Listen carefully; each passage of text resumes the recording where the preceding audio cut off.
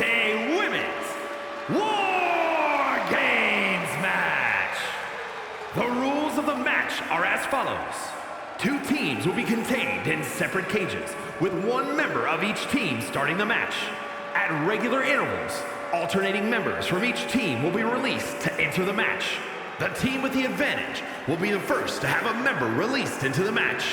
Once all competitors have entered, War Games officially begins. The match can be won by pinfall or submission. Exiting the cage will result in a forfeit. Now, let the War Games begin!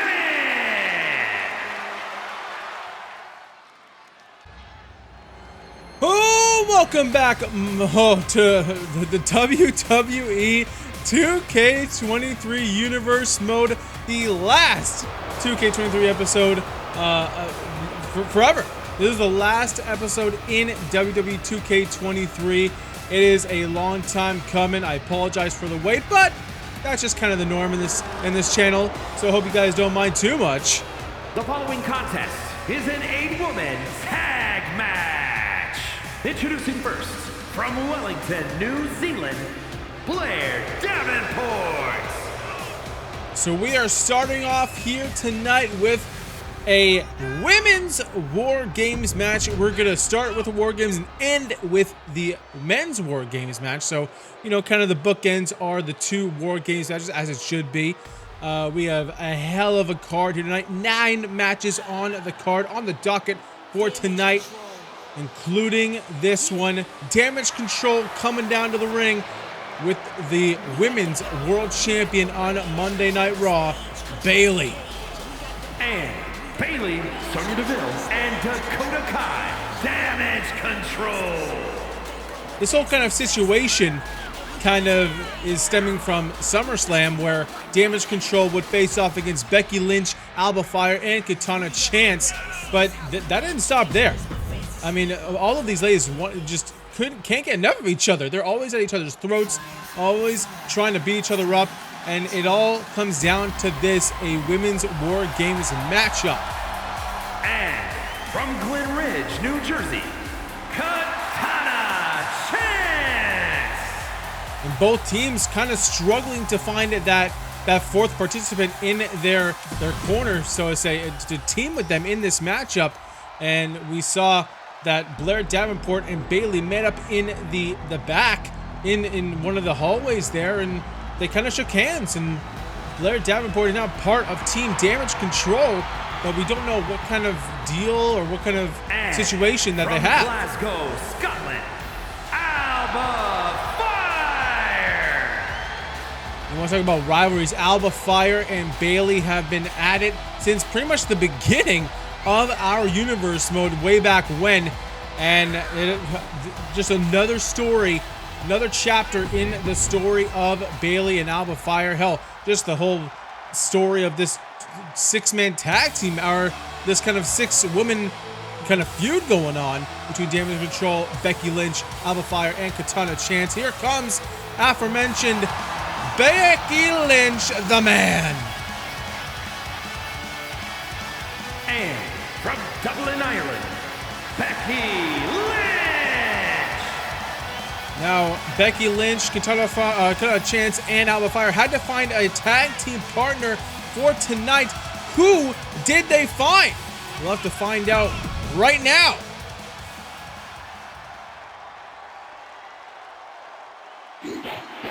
Oh boy, we know that whip and that crack.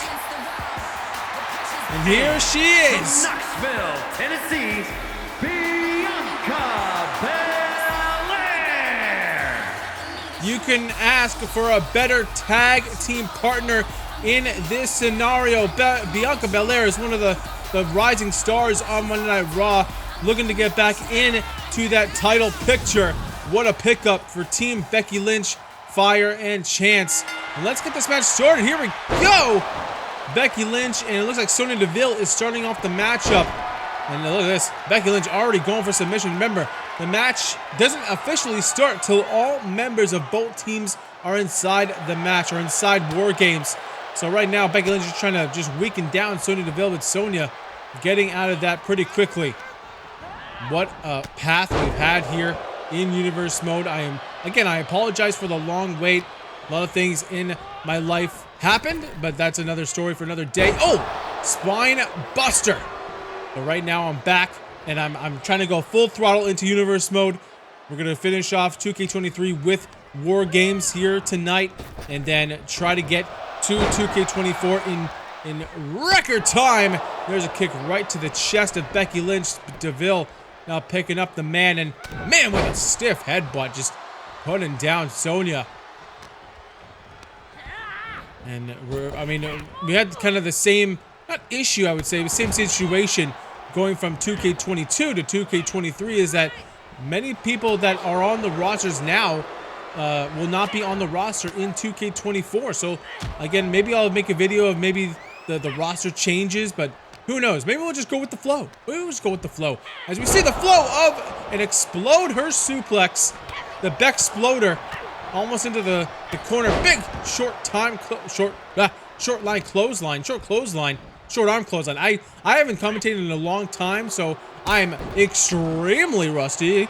Excuse me. It'll take a little bit to get me back into the flow of things and know the names of moves here. And you see Lynch. Ooh, look at this. Now working over the leg. Usually not her MO, but as you see the countdown, who is going to have the advantage here tonight? We don't know the advantages for any of the War Games matches. Kind of a surprise to all of us here. Is it going to be... Oh, it's going to be Blair Daveport from Team Damage Control. Again, like I said, oh, look at this. Blair looking for a chair to bring in some furniture here. And Sonya Deville will happily take that assist. No! Lynch stopping that. You see a baseball bat as well. That's kind of the plaything of Alba Fyre. Gimmick infringement by Blair Daveport. Now a table! And look at this. Another Beck-sploder from Becky Lynch. And, I mean, what is Becky Lynch doing? She's up to the top rope with an elbow drop and misses. And now Blair Daveport, after kind of just sliding that table inside the ring, is now following suit, and now it's a 2-on-1 situation here between Becky Lynch, Sonya Deville, and Blair Daveport. And now, oh, that table almost hitting Becky Lynch, and there's a single-legged drop kick, and now Blair Daveport introducing herself with a swinging neckbreaker onto Becky Lynch.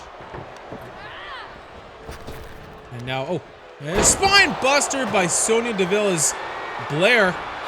Oh, look at, she set up the table, but she kind of miscalculated that drop kick and kind of kicked the table down. Oh, Lynch.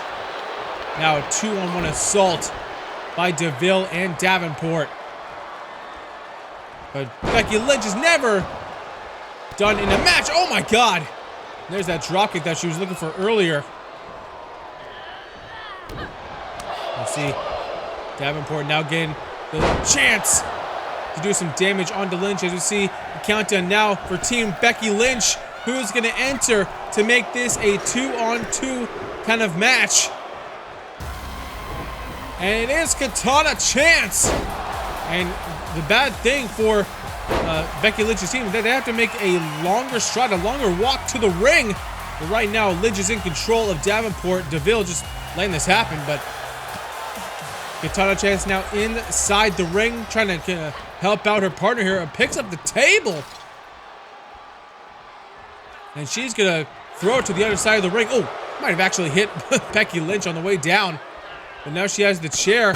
Blair, oh, just hits Katana chance with that table. Now going to set it up.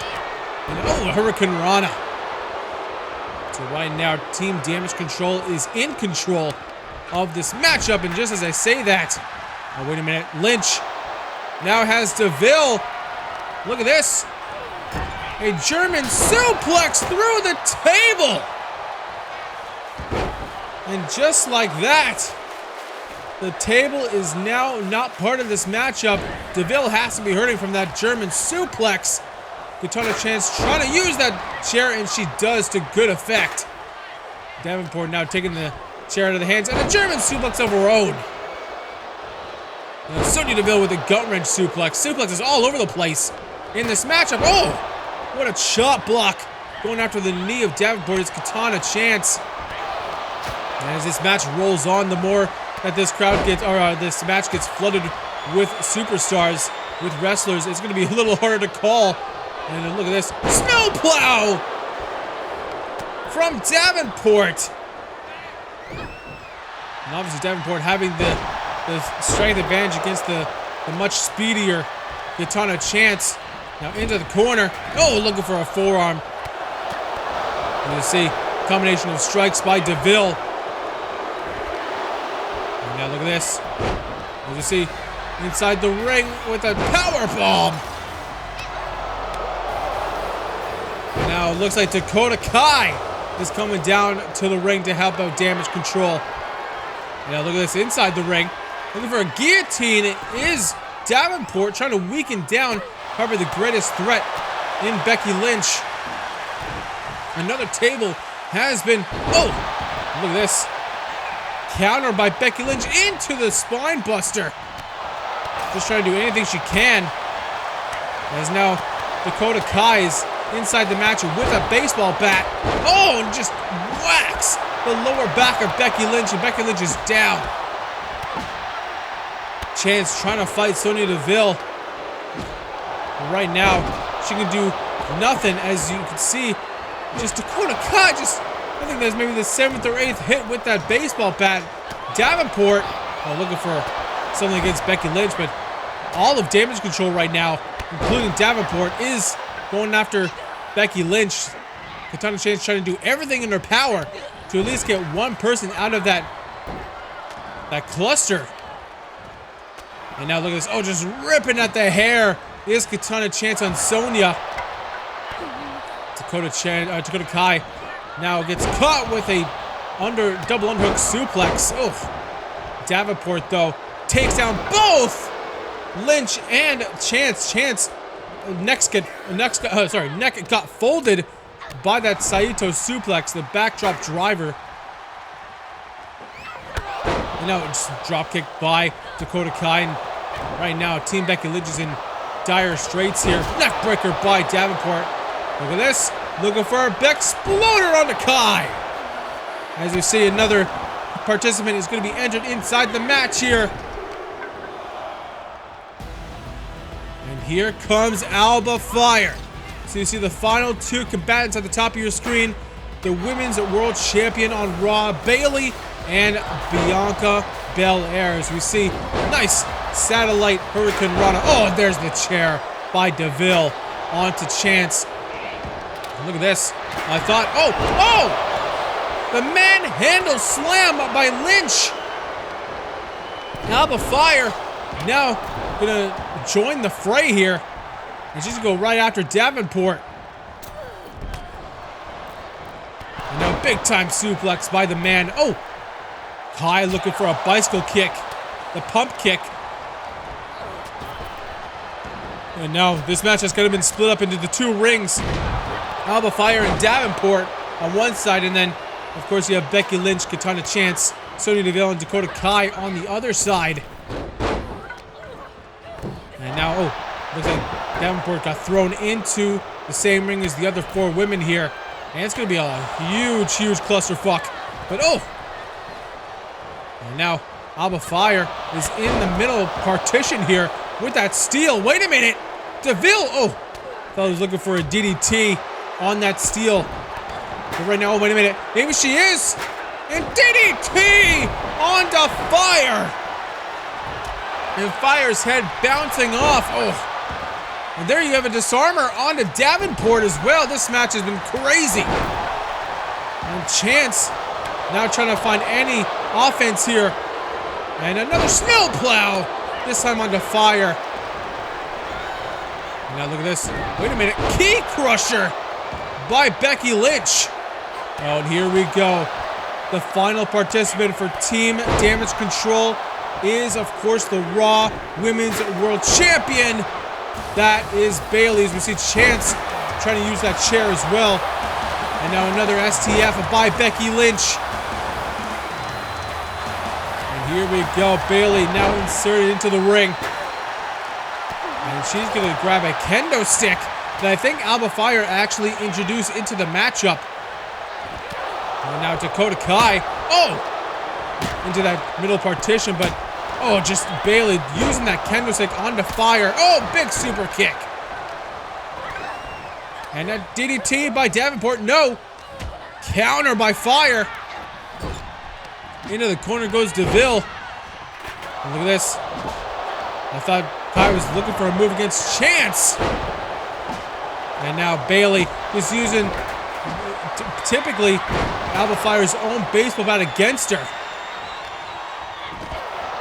And now look at this. Oh, eat defeat! Or soul food, however you want to call it, by Katana Chance.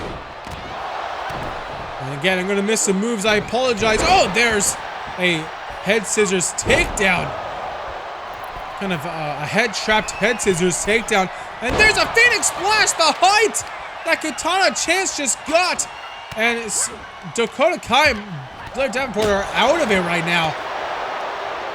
Team Becky Lynch is in control of this matchup. They're in control of damage control. No, Bayley. Oh, there's a leg lariat by Daveport. Katana Chance working over both Kai and DeVille on the other side. Again, we have one more participant to come into this matchup. Now just a shot by Alba Fyre with that table. And here comes the final participant. Remember, once Bianca Belair reaches the inside of the ring, it's all hands on deck. It is now an official matchup, so both parties can go for pinfalls and submissions. Now look at this. Kick by, oh my God! An exploder suplex, back exploder onto the underside of the table. And you see on the other side, DeVille and Kai both working over Katana Chance. And now look at that spine buster. There's a stop sign brought into the ring by Belair. Here we go. The bell has rung. Has officially begun. As we hear from Mike Rowe, as we see, the match has officially begun, and it's all going into one ring. All 8 women. Oh, counter there by the champion. Becky Lynch, though. Oh, looking for a move into the corner. There's a bulldog by Belair. A DDT by Daveport. Now a guillotine by the champ onto Lynch. But there's Katana Chance to break it up. There's another snowplow by Daveport. Another gun-wrench suplex. And now this looks like Kai has the table, but I mean, if she swings that table into anywhere in the ring, I think she has the opportunity, the chance to kind of hit one of her partners. And now look at this. Bayley just swinging that kendo stick all willy-nilly, but there's Bianca Belair with the counter. Oh! Katana Chance gets thrown into the other side. And now there's an STO and a back suplex. Damage control looking good here. And now Kai now gonna hit a kick onto Katana Chance. And oh, as you see, Sonya Deville trying to work over Alba Fyre. And now it looks like Bayley again with that baseball bat just working over Katana Chance's midsection. You know, Bianca Belair gets to the other side trying to help out Chance. Now European uppercut onto the stop sign. And now just Bayley again with that baseball bat.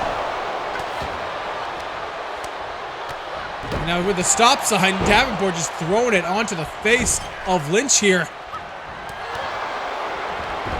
And now look inside the ring, chiropractor onto Alba Fyre. And there's a count by Daveport. No. Both Fyre and Lynch both kicked out. I don't think either of them knew what pin was going on at the time.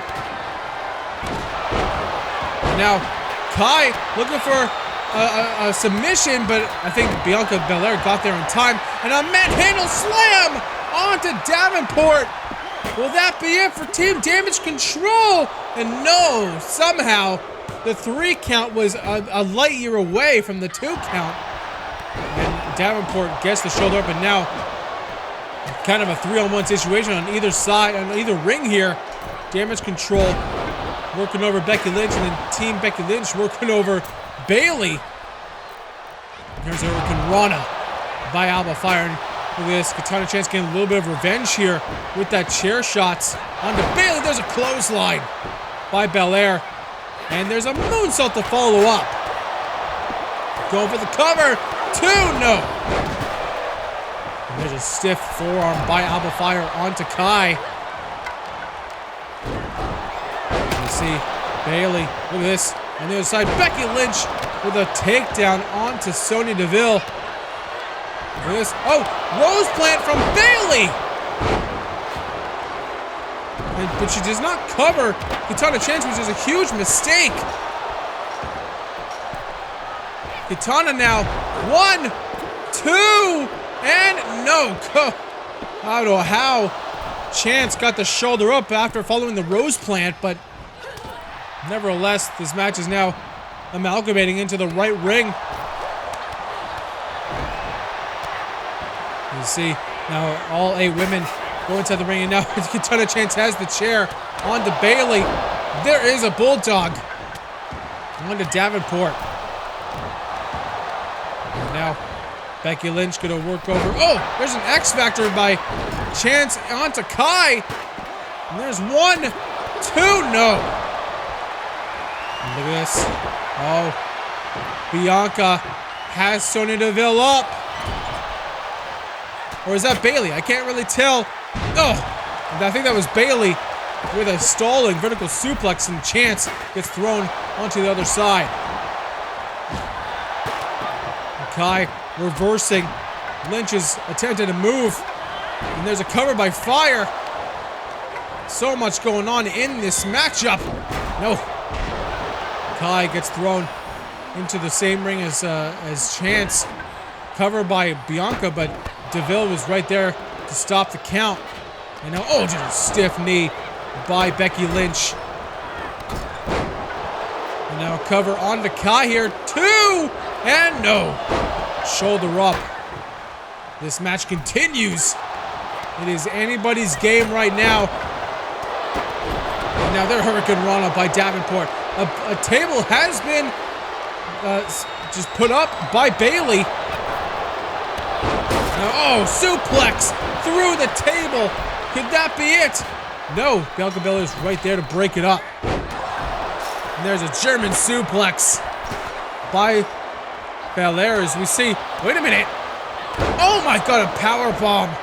I think Daveport caught Katana Chance trying to climb the cage to do a high-risk maneuver. Caught her with a power bomb. And Alba Fyre had her signature baseball bat. And now look at this. Oh, neckbreaker by Belair. Dakota Kai, though. Does she have the match won? No. And who is going to win this matchup?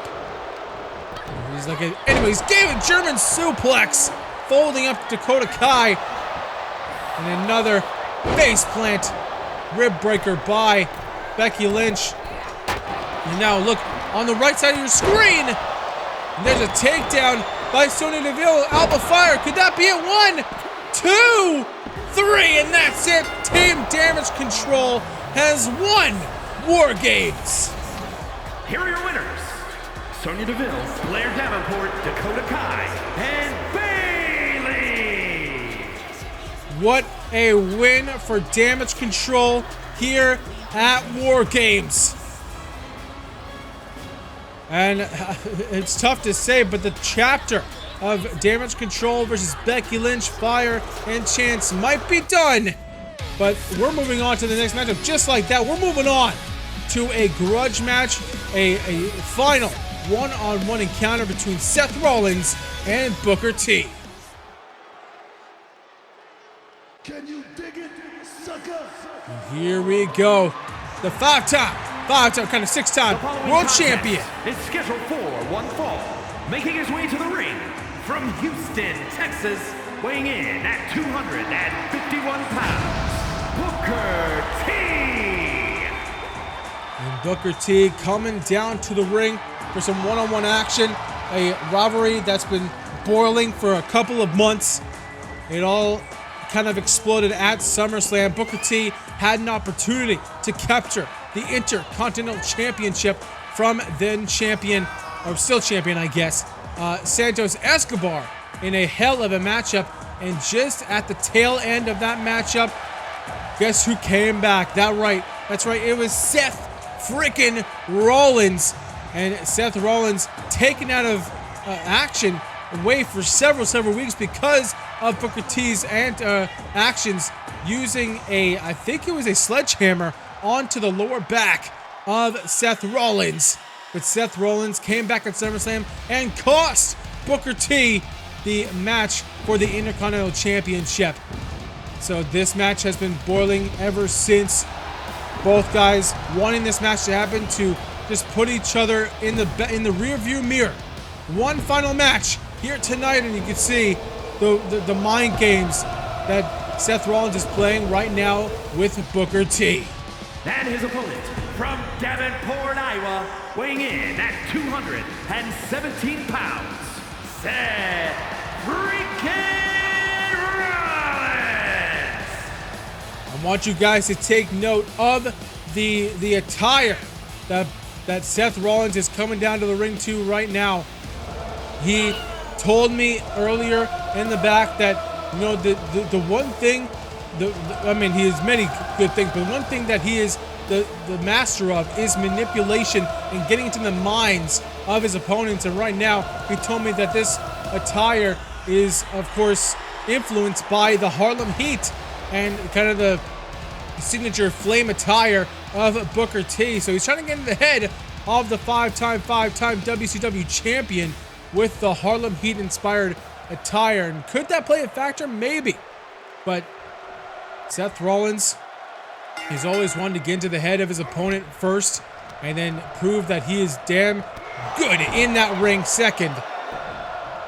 But right now, this match has been started and is the final matchup between these two men, Seth Rollins and Booker T. And the SmackDown brass, wait a minute, forget me talking for a second, a Canadian backbreaker by Booker T. Seth Rollins, though, counters, gets out of it quickly. And of course, Seth Rollins kind of has a little bit of a target on the back, literally his lower back. And Booker T knows that. He damaged that back several months ago with that sledgehammer. But now Seth Rollins catches him into a kick right into the chest and the pecs of Booker T. Now Seth Rollins with a stiff shot, the knee right to the side of the head. And now going for a suplex, no, countered by Booker T into his own.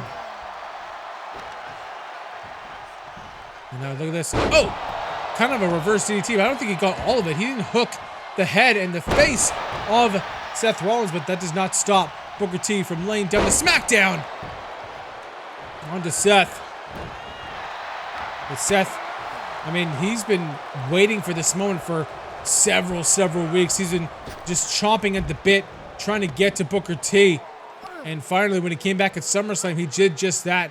He did the one thing that probably Booker T would want more than a match with Seth Rollins, is costing him the Intercontinental Championship, costing him a championship in Universe mode. And now DDT on the outside as the ref starts the count here. And there's no love lost between these two men. I'm sure both men want to move on with their careers.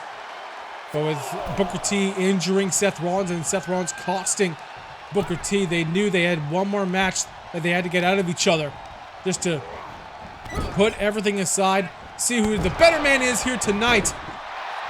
And then Booker T with a forearm, but going for a pin. Rope break is enforced by the referee. Now, takedown by Rollins. But how disheartening would it be if Seth Rollins here tonight would, after all this time, come back, but then lose to Booker T, the man that put him on the shelf too? No. But on the other side of that coin, Booker T, how empowering would it be to, defeat the man, get revenge on the man that cost you the Intercontinental Championship? Whose side are you on here tonight? I'm talking to you, the viewer. Are you on Team Booker T or are you on Team Seth Rollins? Neither guy is the face, neither guy is the heel in this matchup. I think both guys have fans in the arena here tonight. Both sides have a conflicting argument, but who's right and who's wrong. But nevertheless, this match here tonight will prove who is just the better man, and again, put the rivalry behind them and move on to bigger and brighter things.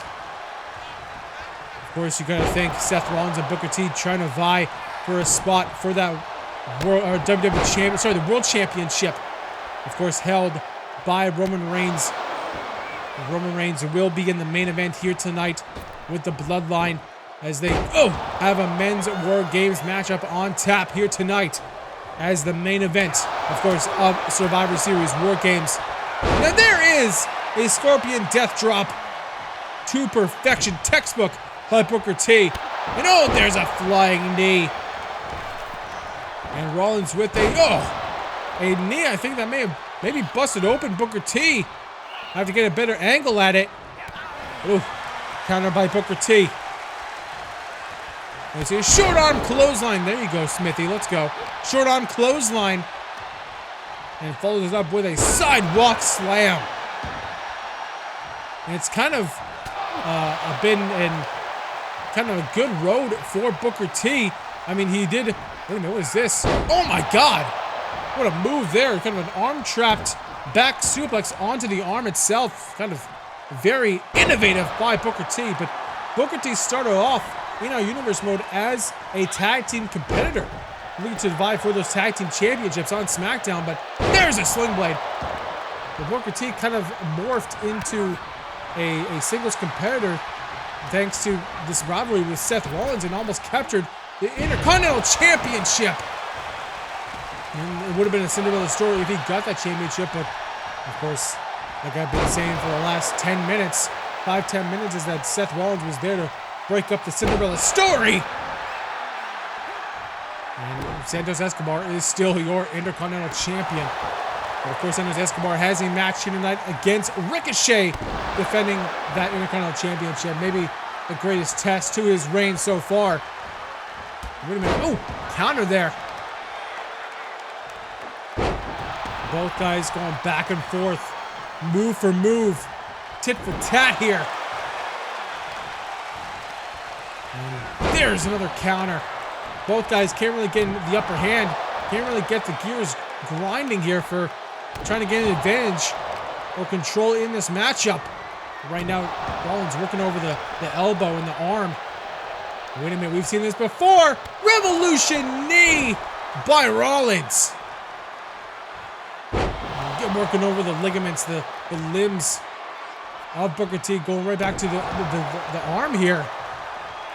Now Rollins going for a maneuver, high risk, and look at her frog splash. Going for the cover, hooks the leg, 1, 2, and no. Rollins a little bit visibly frustrated after that 2 count. Thought he had it with the frog splash. And now, you can hear the crowd here at Survivor Series saying both these guys, like I said before, both guys having fans in this arena. I think all the 100%, they might be divided 50-50, but I think 100% of the crowd here tonight is just happy of this matchup going back and forth. A long matchup between the two, a challenging and competitive matchup. There's a forearm, takes Booker T down. Wait a minute. There's oh my God, a curb stomp, folding Booker T. 2 and no. My God. Booker T, how is he still even on this planet following that curb stomp? My God, he's getting back up now. Booker T with a spine buster. And somehow he's still conscious, but Rollins Now trying to taunt to the crowd, get a little bit of momentum here. He his balloon kind of got deflated. And now this, a bookend onto the barricade. And an elbow to counter. And now flapjack. My God, this match has been incredible between these two superstars here, these two wrestlers. Who is going to win? Who is going to hit that one move? I thought Seth Rollins had it with that second rope, top rope, curb stomp, but somehow Seth Rollins did not get the job done. And there's a knee right to the face. Springboard knee. And now Rollins going to pair him up for a hangman's elbow. You can see Booker T is not so spry after that curb stomp. He may have kicked out, but there's a bicycle. And there is a knee drop. Booker T, I forget what I'm saying. He might have momentum. Now, after that, another sling blade by Rollins.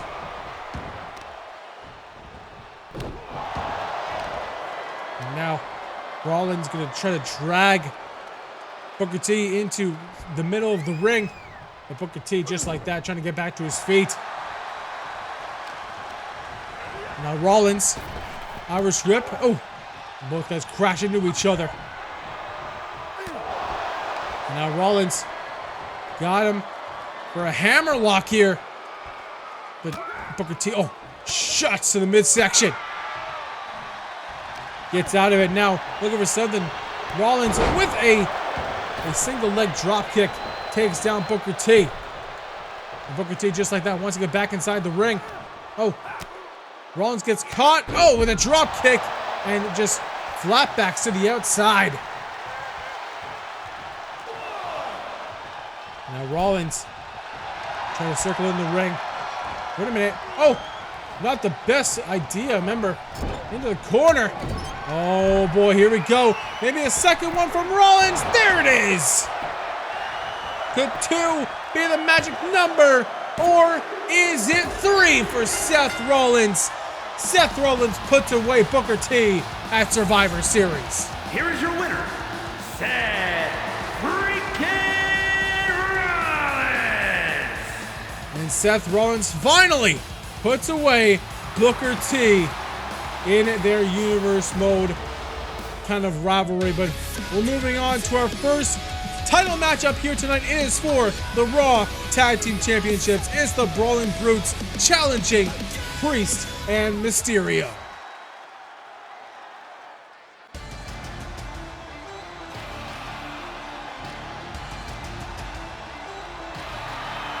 And here we go. Some tag team action.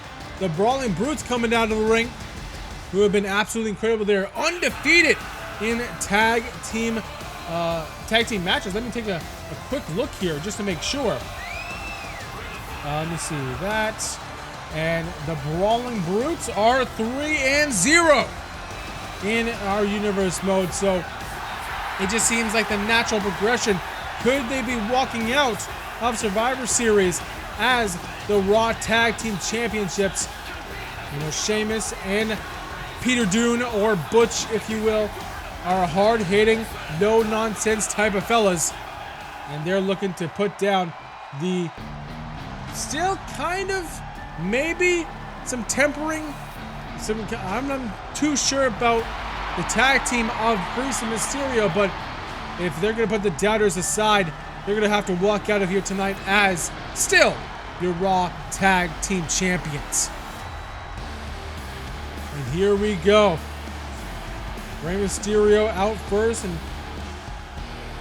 as he awaits his tag team partner, here he is. Damian Priest and Rey Mysterio walking out together here tonight. And both guys, of course, facing off at SummerSlam just a month and a half back. And they put everything under the bridge. Damian Priest won that one-on-one matchup between the two. And ever since then, they have been a close-knit team. Of course, facing the team of Viva La Bam. This is a couple weeks after SummerSlam, putting their first kind of title defense. Came out with the victory, of course. But then they now have to face a kind of a real threat, a huge threat to their reign as tag team champions. That is the Brawling Brutes in Sheamus and Butch. But I've been told that Damian Priest and Rey Mysterio are on the same page here tonight. They have no qualms with each other. They want to work as a tag team. They've shown it in the past with the match against Viva La Bam, and they're going to try to show it here tonight against the Brawling Brutes for that prize right there, the Raw Men's Tag Team Championships. The following contest is a tag team match set for one fall and is for the Raw Tag Team Championship. Introducing the challengers at a combined weight of 472 pounds. The Celtic Warrior, Sheamus, and Butch, the Brawling Brutes. And their opponents, at a combined weight of 424 pounds.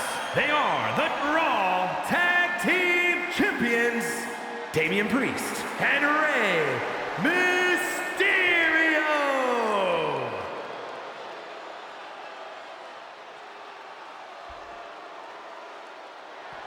All right, here we go for the Raw Tag Team Championships. Is that the last time that Priest and Mysterio are going to hold those? Are the Brawling Brutes going to walk out as your new champions? Let us find out here and now. It looks like Sheamus and Damian Priest will start off the matchup. Big two brutes going at it here. And this is what the Brawling Brutes are all about. Oh! Fighting is their game. And there's a clothesline. Takes down Sheamus. The springboard clothesline. Of course, Damian Priest, I think, is about 6'6", 6'7". But he also moves around like a cruiserweight as well. And speaking of cruiserweights, maybe the greatest cruiserweight of all time, Rey Mysterio, gets tagged in here. And Rey Mysterio and Sheamus have had some battles in the past. Of course, with a long tenure that both Rey Mysterio and Sheamus have had in WWE, you gotta think they've accounted themselves at least once or twice. But Sheamus now, counter there by Mysterio. Into the corner goes Sheamus. You don't usually see Sheamus getting overpowered by Rey Mysterio. And again, anything can happen in our universe, but now, no counter there by Mysterio. And Sheamus hasn't really got into this match yet. And there's a DDT by Mysterio.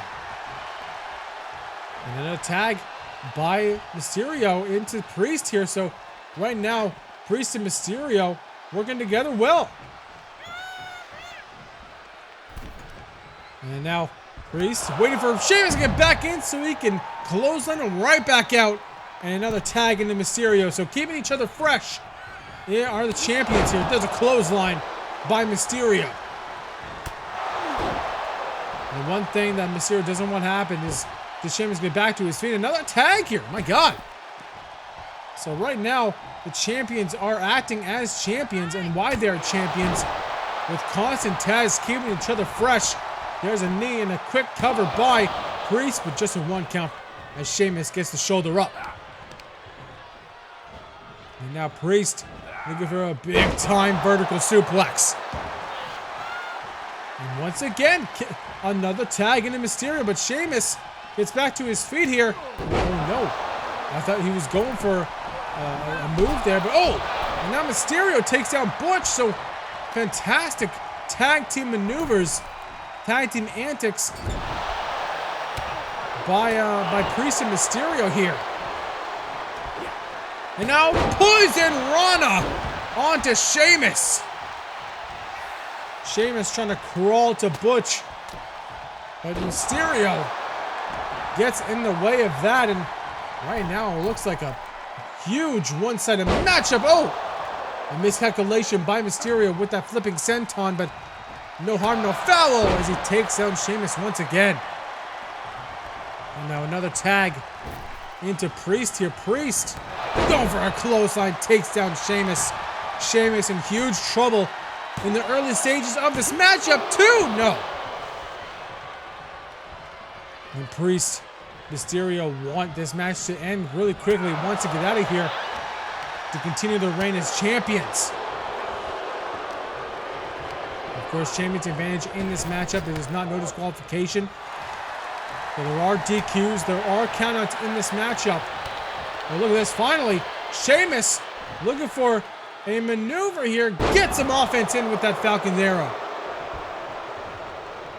Now finally gets the tag into Butch. Priest with an Irish whip. No, Butch too fast here. Now into the ropes. Now into a snap German. Keeps the bridge. One. But Priest gets the shoulder up. And Priest is looking for a little bit of a breather. Trying to grapple with Sheamus on the outside. But there's a move there by Priest. And a tag into Mysterio. So both of the speedy guys on both teams now inside the matchup. But there's a Hurricane Rana. You see, usually it's the other way around where Butch is kind of torturing his opponents and working on the limbs. Right now it's Mysterio going after the left knee of Butch. Now gets him back to his feet here. Now gonna bring him into the corner. Looking for a tag team maneuver. No, a little cheap shot by Priest. Mysterio gonna take advantage here. Yeah, will leapfrog into the truck and right to the knee that is not covered up by a knee pad. The unpadded knee. Oh, another clothesline as Sheamus gets tagged back into the matchup.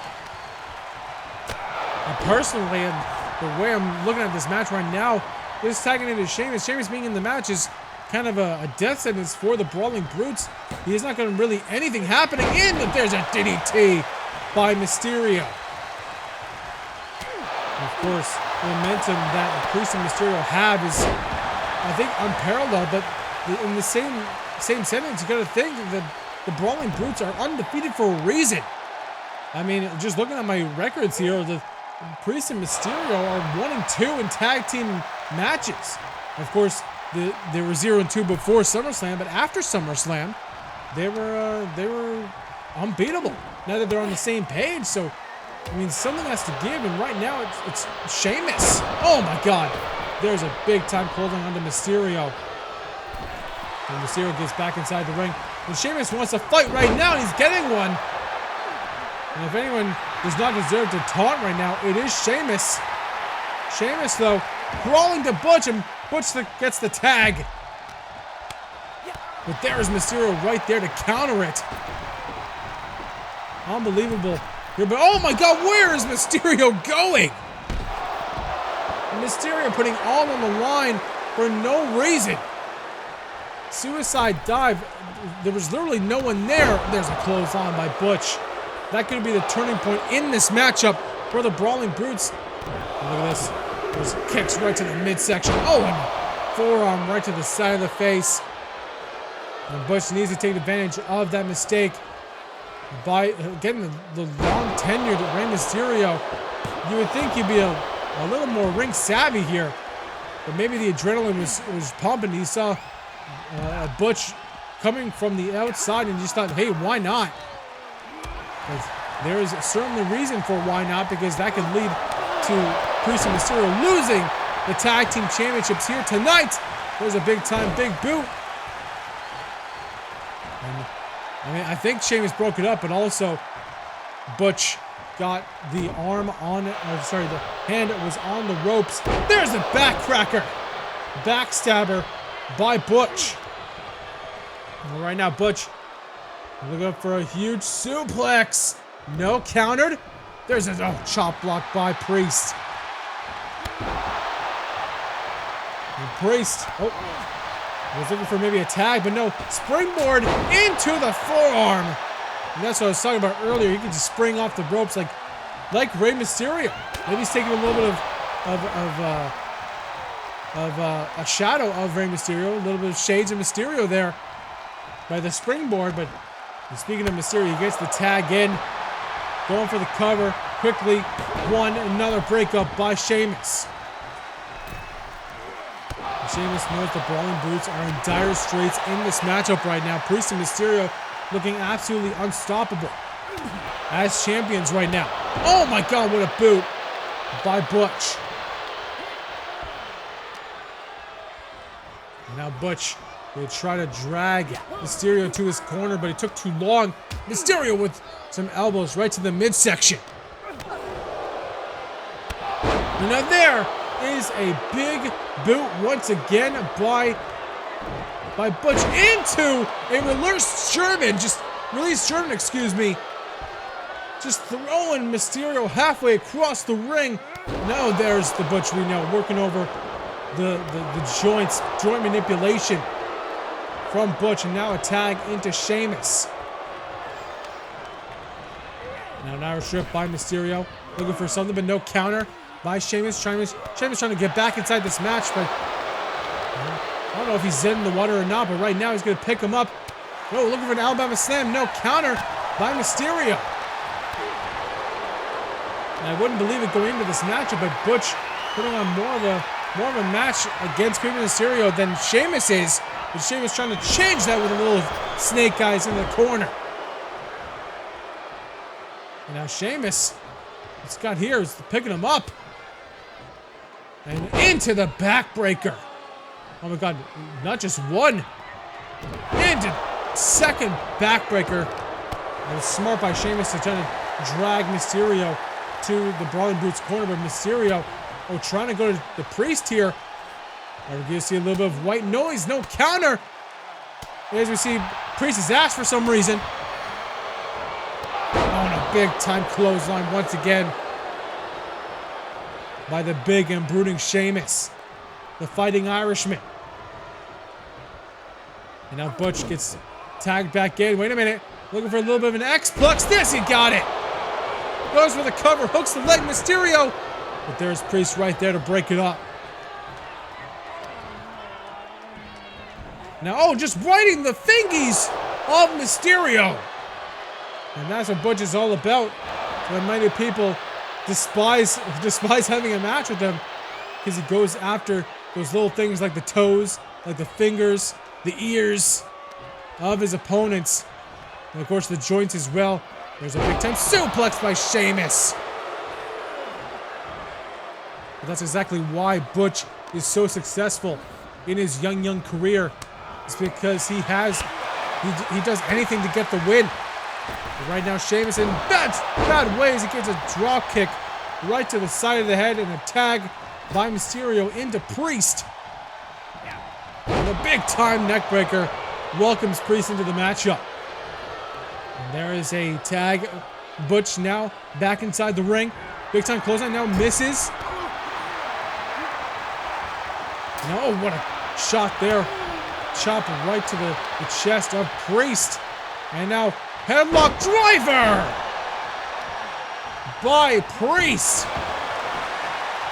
Going for the cover is Priest here too. And a kick out by Butch.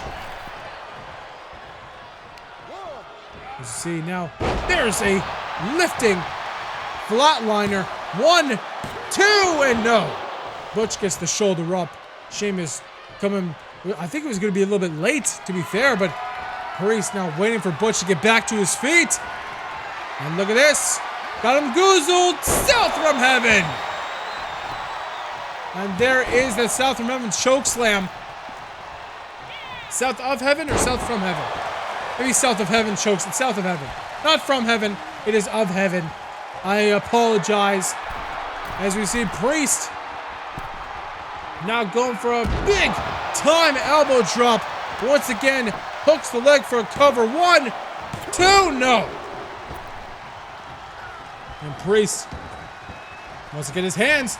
Oh my God. Just takes down Sheamus. Just whipping his head onto the apron. And now gonna drag Butch into the corner of the champions.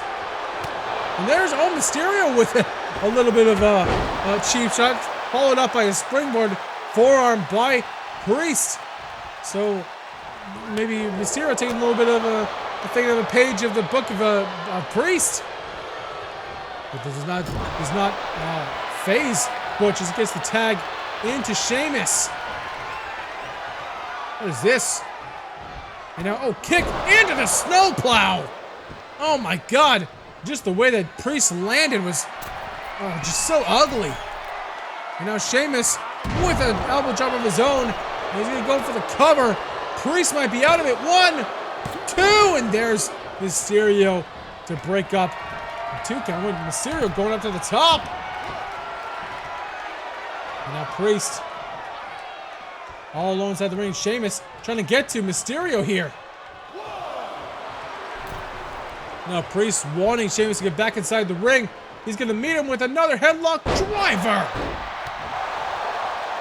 Just planting the top of the head of Sheamus into the mat. Now tagging to Mysterio. And now, a little bit of a kitchen sink by Sheamus. I mean, we have not really seen any big moves by either team here. I think the biggest move we've seen is the X-Plex by Butch. Oh, we did see the South of Heaven. We saw the South of Heaven, so I don't know what I'm talking about. I'm bugging, apparently. But nevertheless, Butch inside the ring now. Drop stone into the German suplex once again. The snap German. You can see Rey Mysterio clutching at his midsection now, just grinding his fist into the back of Mysterio's head. 1, 2, and no, it was really close. Almost had new champions following that barrage of strikes from Butch. But he has to do more damage to Mysterio, who's had, has he had like a 30-year career by now? I assume so. And there's a clothesline by Mysterio trying to get to the corner to tag in Priest, and he does. This is both big men inside the ring now. Oh, there's a takedown, crossbody by Damian Priest. No, counter by Sheamus. Oh, looking for the Polish hammer. No, countered. Now an Irish whip. And there is the flapjack once again. Look at this. Oh, Priest showing off his power. Just throwing around the big man that is Sheamus. Near 300 pounds, just throwing him around like he's a sack of potatoes. The Priest gets a few elbows in return. And now looking for the Irish Curse backbreaker. No, countered by Priest. And now Priest has him up and going for a little bit of a snake eyes into the Brawling Boots corner. Don't know how smart that is, but right now, and Priest takes down Sheamus. Now Priest looking over the arm. If I was Priest, I'd probably work over the right leg of Sheamus to get rid of that bro kick. But nevertheless, Priest tags in Rey Mysterio into a falling reverse DDT. And he has to keep Sheamus grounded, but what do I know? Let me see. Oh, wait a minute. A little bit of a code red from Rey Mysterio here. He's going to go back into the corner. Another tag as both guys maybe at their limits here, trying to... Oh my God, there's a bro kick just like that. Priest. Oh, look at this. Sheamus trying to... A little bit of dirty tactics here, but trying to put his feet on the ropes here, but nevertheless, Priest now has Sheamus up. Oh, a second South of Heaven chokeslam. And Butch got hit off the apron by Rey Mysterio. 2 and 3. Priest and Mysterio are still your Raw Tag Team Champions. Here are your winners and still Raw Tag Team Champions, Rey Mysterio and Damian Priest. What a victory for the team that is now kind of a full-fledged team. They are unstoppable. Rey Mysterio and Damian Priest are still your Raw Tag Team Champions. As we move on to another title match, Ricochet will challenge Santos Escobar for the Intercontinental Championship. The following contest is scheduled for one fall and is for the Intercontinental Championship.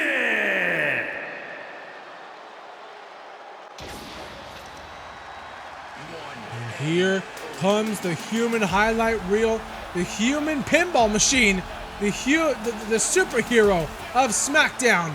That man is Ricochet,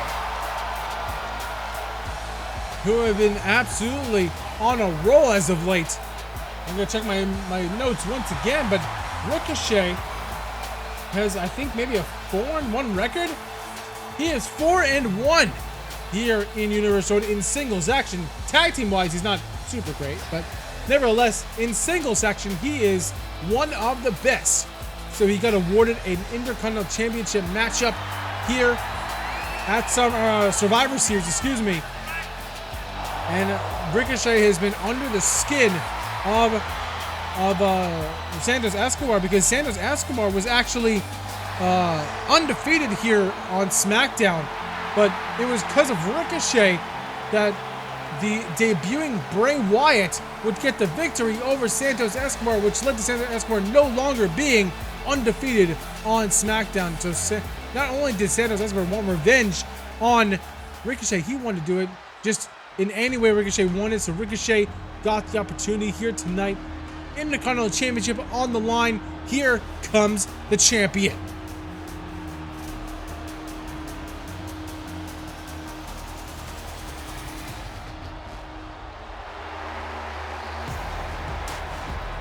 And you know, barring that defeat from Bray Wyatt, Santos Escobar has been close to perfection when it comes to his SmackDown record, just his WWE record for becoming that Intercontinental Champion.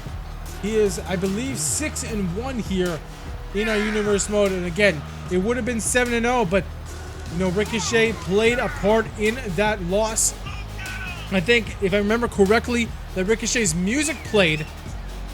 That led to a distraction to Santos, and then Bray Wyatt would hit the Sister Abigail and defeat the Intercontinental Champion. So, you know, in all intents and purposes, if Santos Escobar, or hell, if Ricochet walks out Intercontinental Champion, the next person that kind of is in line is Bray Wyatt, because he did defeat the Intercontinental Champion one-on-one. So nevertheless, we'll have to wait for maybe the future weeks on SmackDown to get to that, but nevertheless, Santos Escobar is here tonight, the Emperor of SmackDown, with that garb on, the attire. And this is what it's all about, the Intercontinental Heavyweight Championship held by Santos Escobar. And Ricochet trying to get one more title under his belt. Introducing the challenger from Paducah, Kentucky, weighing in at 190 pounds, Ricochet!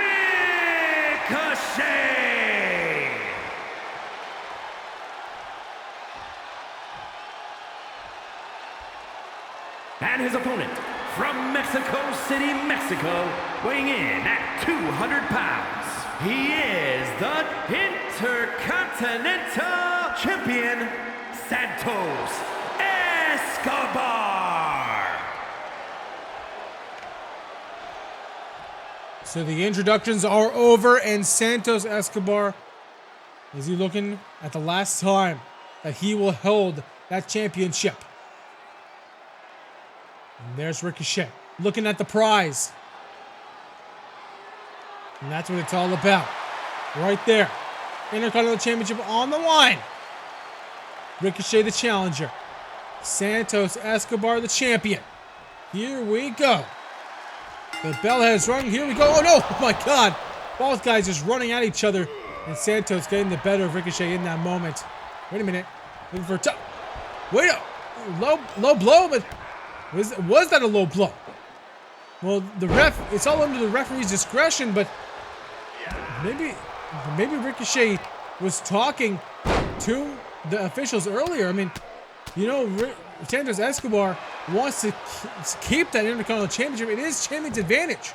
So if the ref calls for the DQ, Ricochet may have won the matchup, but Santos Escobar will walk out as champion because the title cannot change hands on a DQ or count it. So maybe Ricochet did his homework. Maybe Ricochet knew that Santos Escobar would do anything in his power to keep that championship, and maybe pleaded pleaded for the refs to not count the DQ, to not call for the DQ. I mean, when he would inevitably go for that low blow, but nevertheless, maybe I'm just splitting hairs here. Maybe I'm just a conspiracy theorist, but nevertheless, the DQ was not called, and this match rolls on.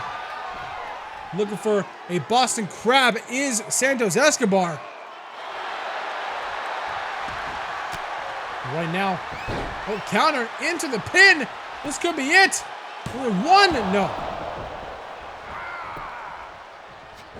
And both these guys, incredible competitors on the SmackDown brand, and that's what it's all about in the Universe mode. Two of the best wrestlers we have here vying for the championship. The Workhorse Championship. There's a suicide dive by Escobar. Because the work rate for these two men is skyrocketing. Santos Escobar, kind of upholding the prestige, and, kind of upgrading the prestige of the Intercontinental Championship with this long reign that he has. And of course, he's getting more and more challenges, more and more, kind of hefty challenges. We started off with, Dijak getting the opportunity with both, I think, Payback and Money in the Bank, I think? No, it was Backlash and Payback.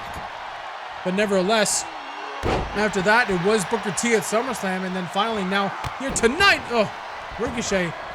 And following, if Santos Escobar, retains the championship here tonight, you kind of have Bray Wyatt on the horizon. And not only that, the longer that these Universe mode goes on, there's a Pele kick right on the money.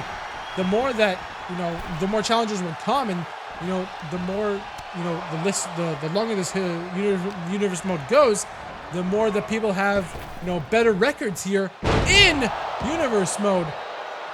So you have, let's say people like Ilya Dragunov, you have people like Solo Sikoa, Tyler Bate, people that could be vying for the number one contendership. There's a frog splash by Santos. Cover from Santos as well. No, just a 2 count. So you got to think the more that you hold on to that championship, the more targets are on your back. But nevertheless, as you see, Ricochet got him up into that, I don't know what to call that, that swinging Samoan driver. I kind of want to call it the pendulum driver for some reason, but I don't know if that's right. But nevertheless, there's a kick there by Santos. Of course, if you're Ricochet, you got to think of the same thing. If you win that championship, winning the championship is easier than keeping it. So he would have the same amount of challenges, the same type of challengers as Santos right now. And of course, Santos would want to have that rematch as well. So who knows? There's another Pele kick from Ricochet. And now Ricochet has him there. Oh, just a shot right to the side of the face. Looking for a drop kick. No, countered. Back inside the ring, and Santos he gets countered with a shot right to the midsection by Ricochet.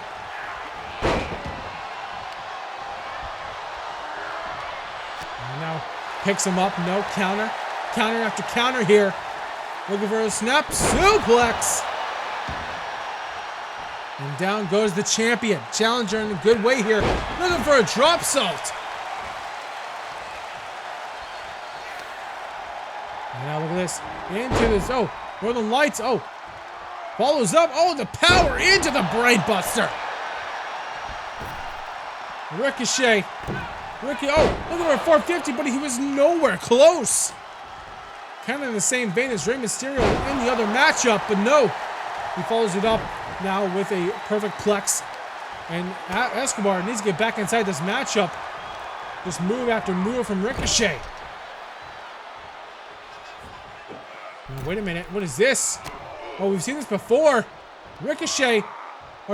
Santos puts his opponent on to his shoulders, and now he's going to drop him on the top turnbuckle. And that could be it for Ricochet. 1, 2, and no.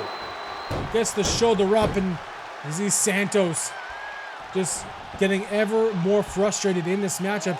The longer this match goes, the more that you see the heart and the endurance of Ricochet. And this might be it. No, counter! Santos was looking for that Phantom Driver. Wait a minute. There is the backflip into the deadlift German from Ricochet. And now I was looking for maybe the 450 again, but he gets caught with the Boston Crab. And flips him over. This could be it for Ricochet. Could the champion walk out of here still the Intercontinental Champion? Or will Ricochet power out of this move? And Ricochet flips him back over. And again into the pinning predicament here. One. No, just a 1 count once again. As you see, oh Jesus, oh my God. The boot right to the side of the face. And I think personally, this is the most I've seen Santos Escobar kind of getting his ass whooped in a championship match. He just cannot get going. There's a spinning forearm and just Santos just crumbles to the mat. And Ricochet, once he gets momentum, he's hard to stop. And now there's the pendulum driver. And Ricochet, he's not stopping. He wants more damage, more offense. Now into the ropes, and there is a forearm right to the face here. And now Ricochet just trying to slow down the pace, trying to make the pace into his favor here. And he's going to go to the second rope. And you'll see a big splash! Excuse me, splash! I'm kind of losing my voice here. And we're just only an hour in. Ricochet is in a bad way right now. And now Santos is dragging the face along the mat. You can see he's trying to ground the speed and the flight of Ricochet. Now just playing with his foot a little bit.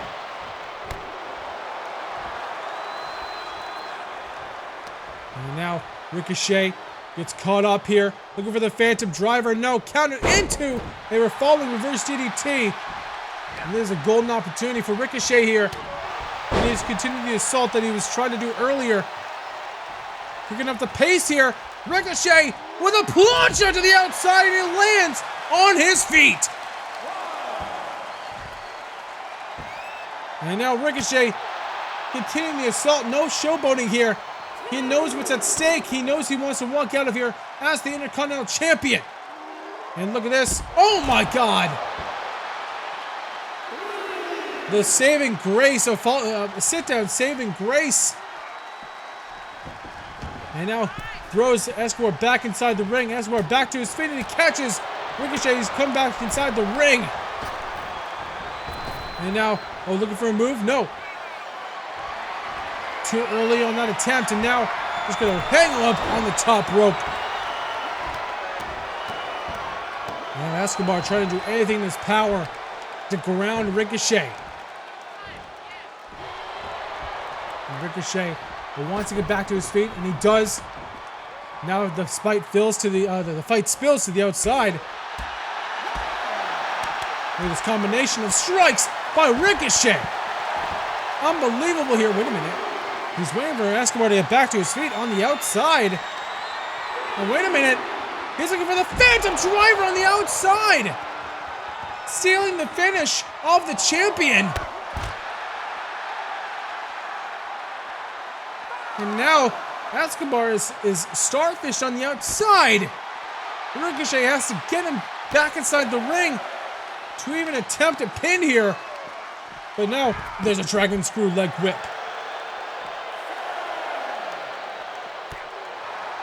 Now Ricochet has to get him back inside the ring, and there's an 8 count. There's the 8 count right there. Ricochet, what's he going to do here? And there, smart by Ricochet. He knew the champion's advantage was in play. He would have won by count-up and not capture the Intercontinental Championship. And now there's Santos with a reverse DDT counter.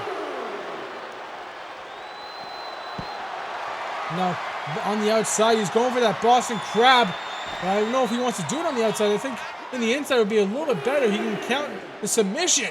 But maybe he wants to kind of humiliate Ricochet by beating him down so much on the outside that he cannot reach the 10 count. And nevertheless, Ricochet going for that reversal once again, but there's no pins on the outside, obviously. Both guys need to be back inside the ring. And now Ricochet throws him back inside. And now with a springboard dropkick, no, countered. Just simply moves out of the way. Wait a minute. Santos with, just the planting the back of the neck, hooks the legs, 2, 3, and he gets the shoulders down, gets the 3 count, and he retains the championship. Here is your winner, and still Intercontinental Champion, Santos Escobar. And Santos Escobar continues his reign, continues his legacy as the Intercontinental Champion with another hard-fought match and another hard-fought victory for that man right there. But we move on to another championship match. This one for the WWE Championship. Eddie Guerrero versus the champion Edge in what would be a hell of a tiebreaker. The following contest is scheduled for one fall and is for the WWE Championship. Here we go. It's all about the main prize on Monday Night Raw, the WWE Championship between this man, Eddie Guerrero, and the champion, the Rated R Superstar, Edge. Now, how he got here is kind of in the same vein of the moniker of Eddie. He actually took over a man who we should not name, his record.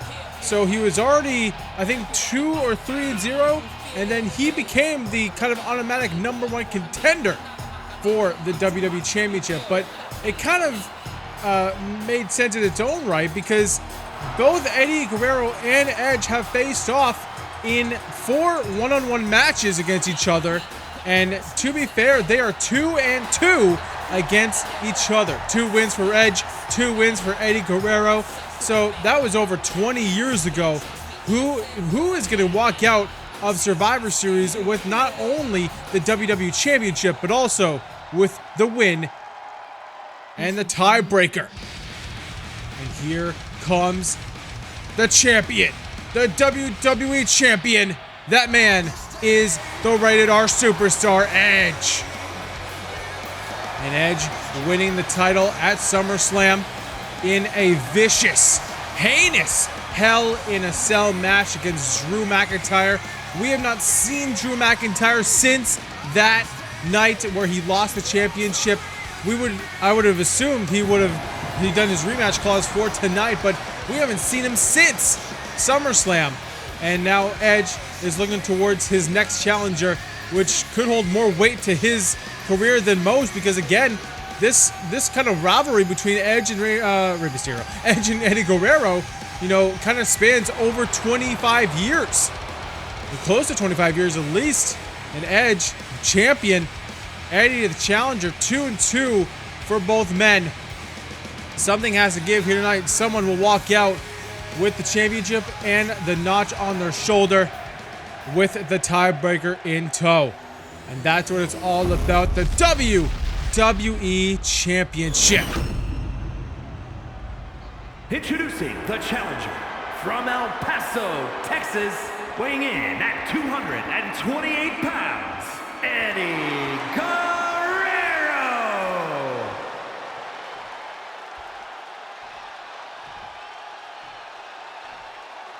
And his opponent from Toronto, Ontario, Canada, weighing in at 249 pounds, he is the WWE Champion, Edge.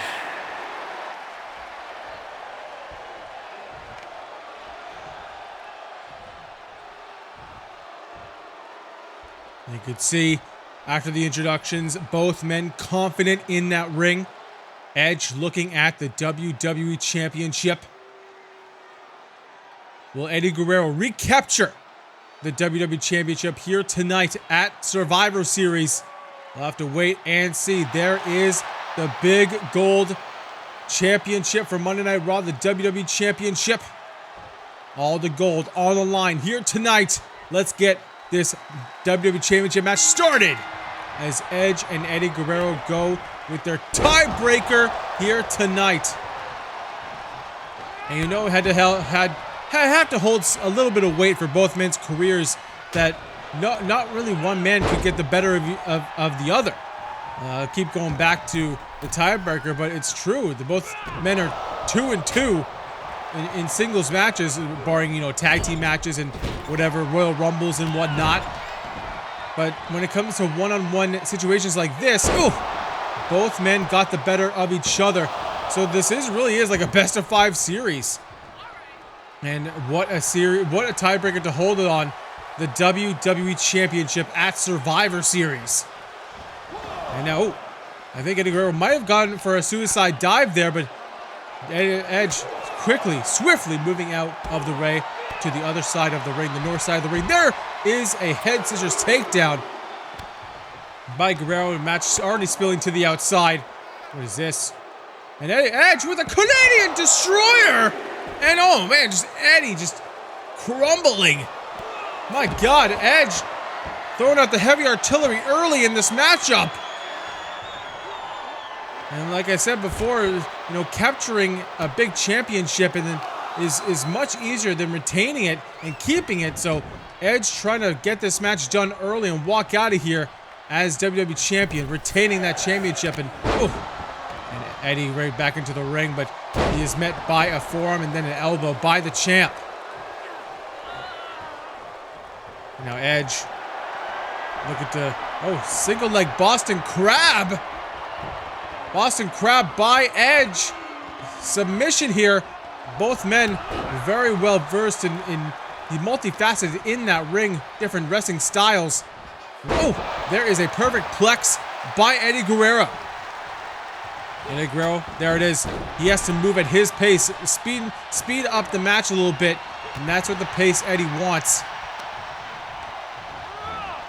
You know, into the ref goes Edge, and there is a twisting elbow right to the cheek of Edge by Eddie Guerrero. Both guys, though, back and forth in this match to start off. And you gotta think the advantage is with Edge right now, following that Canadian Destroyer on the outside. And now Edge gonna go right. Gonna send Eddie right on the top rope there with that stun gun, but Eddie right back to his feet. Into the corner, and big time clothesline. And Eddie Guerrero, looking to go off the ropes. No, counter, after counter, after counter. These guys going right after each other here. And now, who knows who's in the driver's seat of this matchup. Now off the ropes goes Eddie. Drop, and then, flapjack by Edge. Right into the cover. 1, 2, no. Eddie gets the shoulder up. This match too important to let go early. And now another perfect plex by Eddie. We know the neck and back problems of Edge here. Guerrero, gets hit with a DDT. Quick cover by the champ. Looking to retain the title too, no.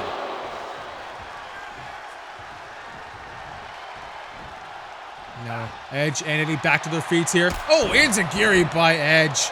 Right in the back of the head of Eddie Guerrero. But Eddie right back to his feet. Gonna ring the arm there.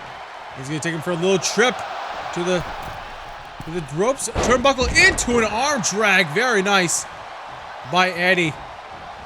And Eddie, maybe going for a little bit of Three Amigos.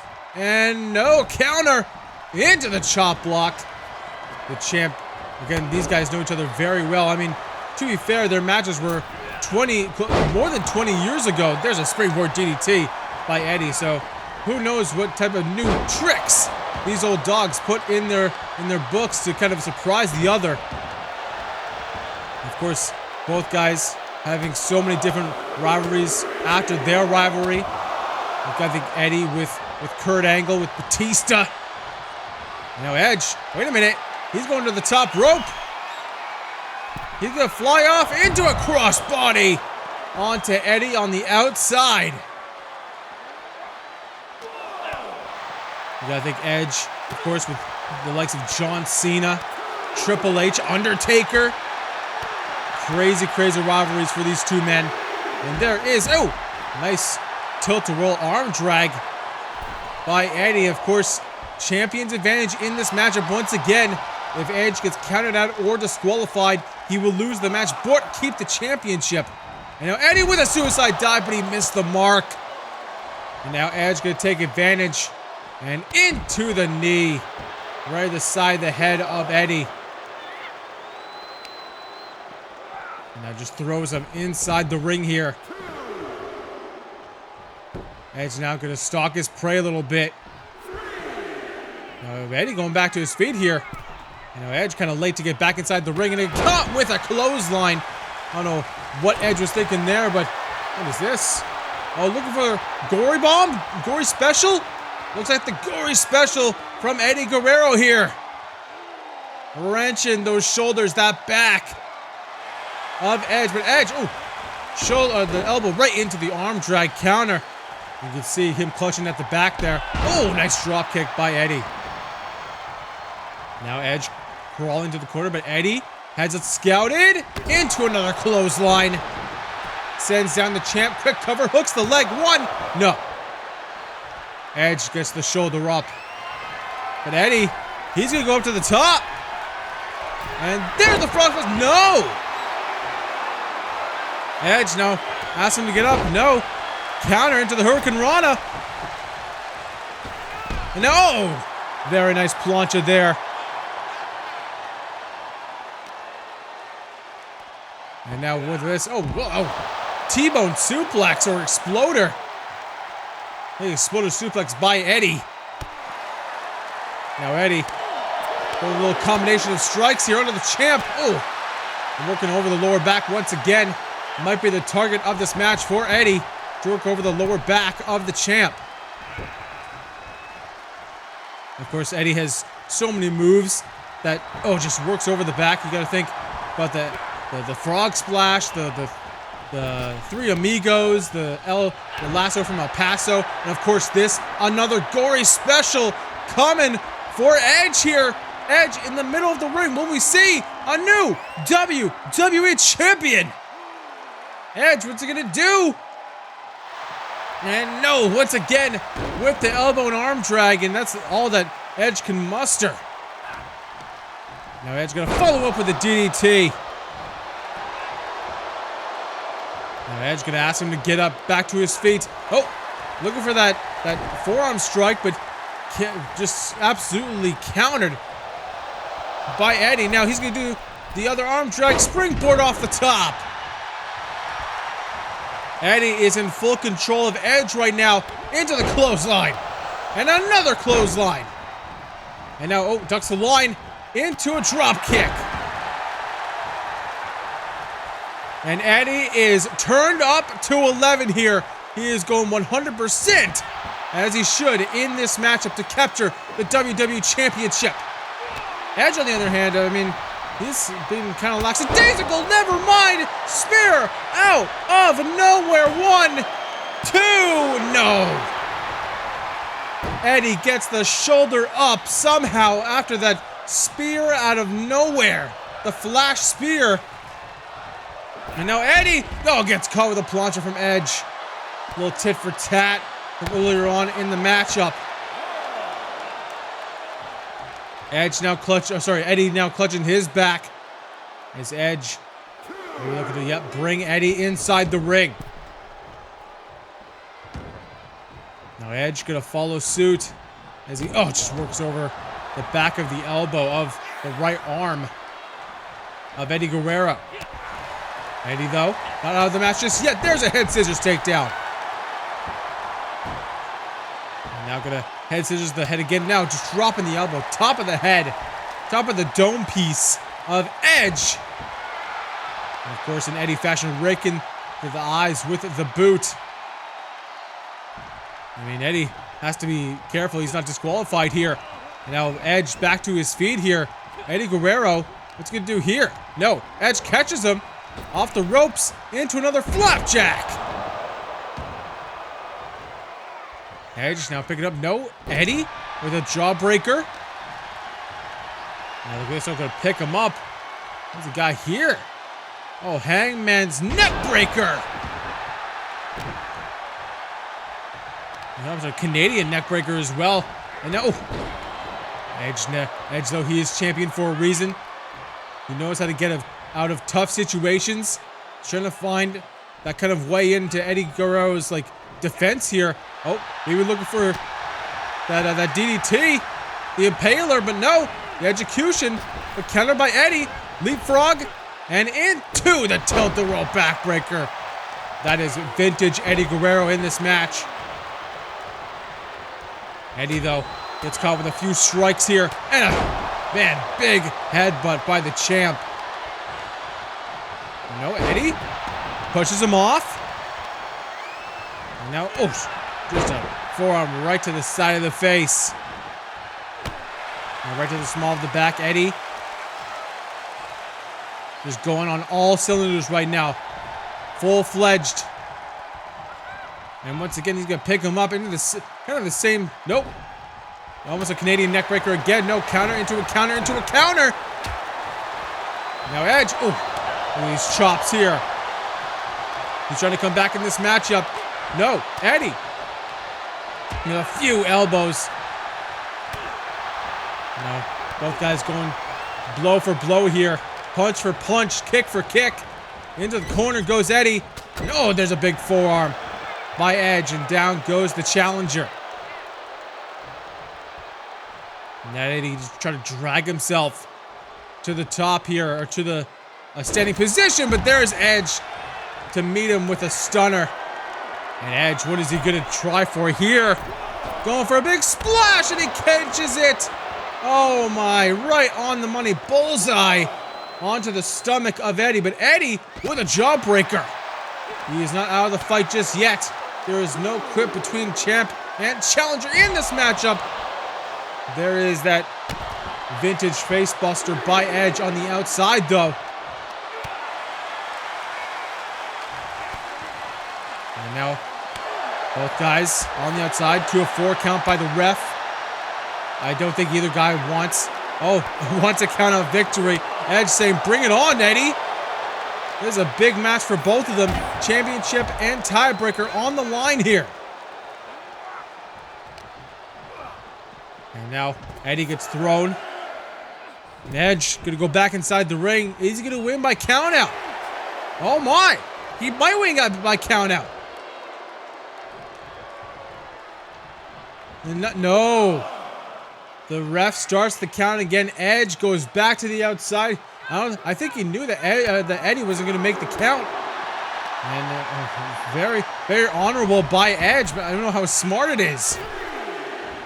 There's a guy named the Ultimate Opportunist. I don't know how opportunistic that was. That was a huge moment to retain the championship, but I think this means a little more to Edge and Eddie than the regular match that these guys would have.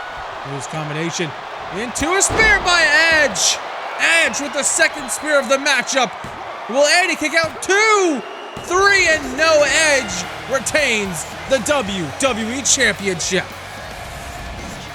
Here is your winner, and still WWE Champion, Edge. What a match. And Edge walks out with not only the championship, but the 3 next to the 2. He is now 3-2, and the tiebreaker is his. The champ retains here tonight. But we're moving on to more matches here, folks. The Tag Team Championships on SmackDown are on the line in a no-holds-barred tag team match. The Succession defend the titles against Miz and Mansoor. Here we go. Miz and Mansoor coming down to the ring, trying to recapture the SmackDown Tag Team Championships. the championships that they lost at SummerSlam. We all thought that they were going to come back in a kind of a Cinderella Hollywood story. Mansoor was injured by Baron Corbin and Dolph Ziggler going into SummerSlam, but he came back at SummerSlam. He looked 100%, but it was just too much for Mansoor as Baron Corbin pinned Mansoor to become the tag team champions with Dolph Ziggler. Call them themselves the succession to the greatest tag teams in the world.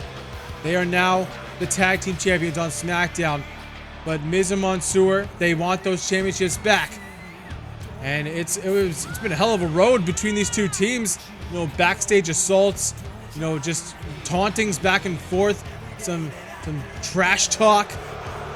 And I mean, they got a little bit of lick of revenge a week ago when Mansoor would attack Baron Corbin on the in the backstage area, kind of the same place where Baron Corbin attacked Mansoor to get him out of temporarily SummerSlam. But nevertheless, Miz and Mansoor want those championships back.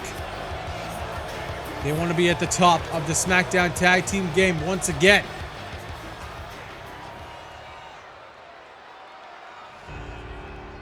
And here they come.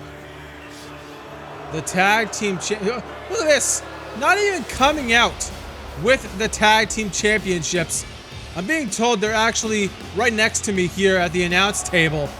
But just the gall of the succession to come out here and not even show Miz and Mansoor the Tag Team Championships as they're coming down to the ring. The mind games never stop with Dolph Ziggler and Baron Corbin against Miz and Mansoor. But that's how they got not only the mind games, but the physical games, the attacks, the backhanded assaults. But that's their game. That's how they captured the Tag Team Championships, and now that's how they're going to try to keep the Tag Team Championships. But right now, there's no backstage assaults. There's no underhanded tactics. This is all a no-holds-barred match for these Tag Team Championships. Kind of the way it should have been, maybe at SummerSlam, but nevertheless, it's here tonight. And these guys are going to go into hell and high water to either retain or regain those Tag Team Championships.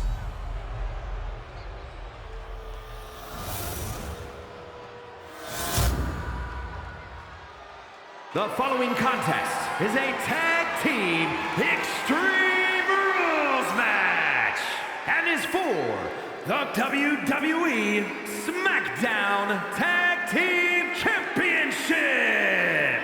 Introducing the challengers at a combined weight of 396 pounds, Mansoor and The Miz. And their opponents at a combined weight of 493 pounds. They are the WWE SmackDown Tag Team Champions, Happy Corbin and Dolph Ziggler.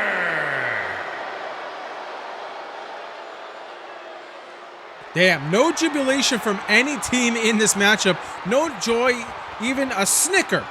Nobody would smile in this matchup. They're all serious, all business here tonight for those Tag Team Championships. Here we go. It is Tornado Tag Team style in this no holds barred match. Let's get it started. And look at this. Oh, no time wasted. Right after each other here. And again, there's no disqualification, no count out.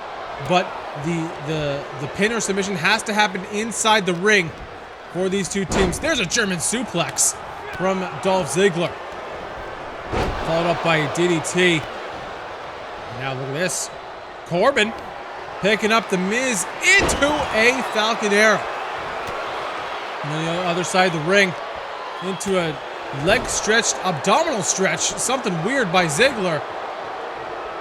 But Mansoor with a hip toss takes down one half of the SmackDown Tag Team Champs. And now Corbin was looking to, use the stairs against Miz, but some soul food by Miz into the stairs, and Corbin goes reeling.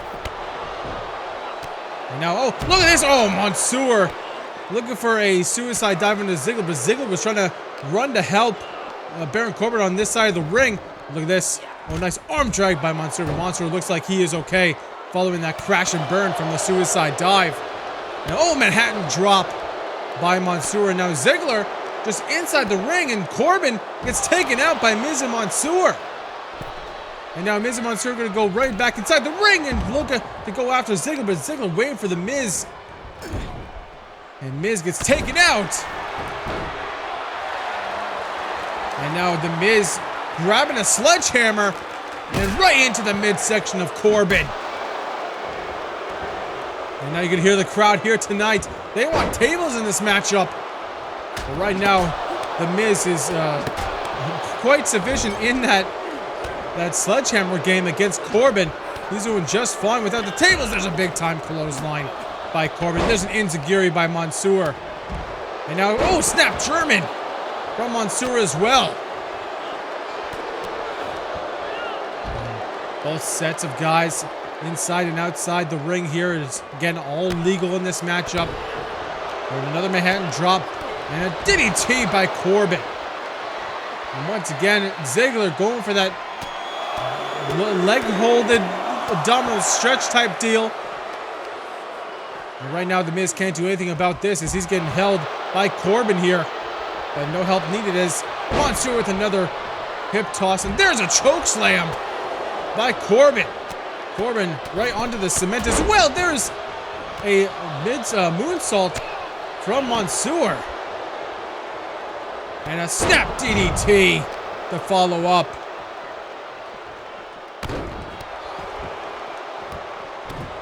And now, oh, look at this.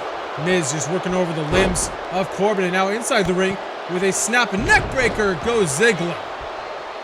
Right into the cover here. The Miz trying to get back inside the ring too, but Mansoor did not need any help. Look for a big boot with the Miz, but Ziggler moving out of the way. Into a fireman's carry takeover. And now Corbin trying to figure out what to do in this match. Miz, snapmare, into the big boot.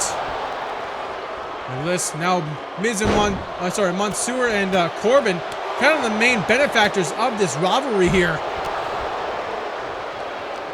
Both guys going after each other now inside the ring. Corbin now going to drape Mansoor over the top rope with that stun gun as the Miz puts the boots to Ziggler on the outside. And now Corbin getting the other stairs here. And oh, right into the head of Miz. Now, wait a minute. What is this? Oh my God, a power bomb. The snap power bomb like a jackknife right into the ground. The thin padding on the outside. And look at this. Oh, Corbin now bringing out a ladder right into the face of Mansoor. That's going to slide right into the ring, that ladder. I think the Miz actually got busted open by Ziggler on the outside. Now, wait a minute. There's a Nevada Cadavra by Mansoor. And look at this. Oh! An electric chair face drop into the stairs by the Miz. An arm drag inside the ring. There's the stairs right to the face of Ziggler. Miz and Mansoor have the champions reeling. And again, oh, nice snapmare driver. And there's a reverse DDT, arm trapped reverse DDT inside the ring. No, what a snap DDT again by Mansoor. Now into the cover goes Mansoor. Will they regain the championships? Just a 2 count as Corbin gets the shoulder up. The Miz trying to figure out what to do with Ziggler on the outside. And now Ziggler, oh, counter there. Another reverse DDT by Mansoor. Miz gets taken down by Ziggler. I think actually Corbin needs a little help. I think Ziggler needs to kind of get rid of the Miz. Maybe with these steel steps. Oh, no. As you see another soul food. And again into the stairs goes Ziggler. And now Mansoor going for a cover, hooks the leg, 1, 2, no. And now another soul food. Another eat defeat by the Miz. As now into the corner goes Corbin here. Ooh. And now there's the, I think it was a deep 6. I can't remember. 2 and no. couldn't really see it. I think that was the deep six. Now, oh, look at that. So now, look at this. Mansoor right onto the ladder and gets the elbow drop to finish it off. No counter there, but Ziggler has the Psycho knee by Miz. Now, oh, there's another arm drag. And oh, right onto the ladder goes Corbin. Now, wait a minute. End of days on the ladder. End of days. Miz too preoccupied with the stairs, and the Succession retain their tag team titles. Here are your winners, and still WWE SmackDown Tag Team Champions, Happy Corbin and Dolph Ziggler. Oh my. And once again, Corbin puts away Mansoor to retain the championships. Well, we move on to what is going to be a hell of a match. A fatal 5-way matchup for the U.S. Championship. And here comes the first competitor, Tommaso Ciampa. The following contest is a fatal 5-way match and is for the WWE United States Championship. Introducing the challenger from Milwaukee, Wisconsin, weighing in at 201 pounds, Tommaso Ciampa. Now the whole way this match kind of got conglomerated was Matt Riddle was just looking for competition. He was kind of starved from all the people trying to get after his U.S. Championship. I mean, he defeated the likes of Shawn Michaels at SummerSlam. And who defeats Shawn Michaels at SummerSlam? Not only Matt Riddle, if I check my kind of notes here, I don't know if is he undefeated? Let me check real quick my notes here. Matt Riddle he did have one defeat, so he is the first competitor in Universe Mode history to have 10 wins, double-digit wins here in Universe Mode. So nobody is more winning than Matt Riddle. But all of these guys in this matchup, the challengers, have 3-1 records.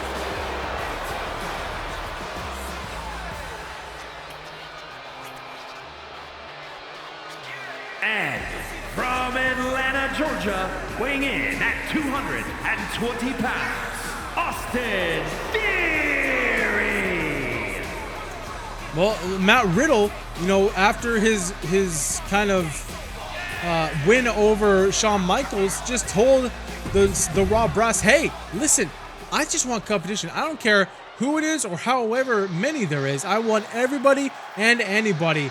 So the Raw brass decided on this match here tonight, a fatal 5-way match between 4 of the kind of number 1 contenders here on Monday Night Raw. And from Marieville, Quebec, Canada, weighing in at 266 pounds, Kevin Owens. And half of these guys in this matchup looking to regain the U.S. Championship. Of course, Kevin Owens, a former U.S. champion, also Austin Theory, but also people like Tommaso Ciampa and Bron Breakker have yet to capture singles gold here in Universe Mode and WWE. But this is their chance right here and right now. And here comes the champ. The most successful superstar in Universe Mode history. And from Las Vegas, Nevada, weighing in at 216 pounds, he is the WWE United States Champion, the original Bro, Matt Riddle. And Matt Riddle, there he is with the gold around his waist. His toughest challenge to date, and that's exactly what he wanted. You would think the toughest challenge would be against Shawn Michaels at SummerSlam, but nevertheless, he wanted more. He craved more. He needed more.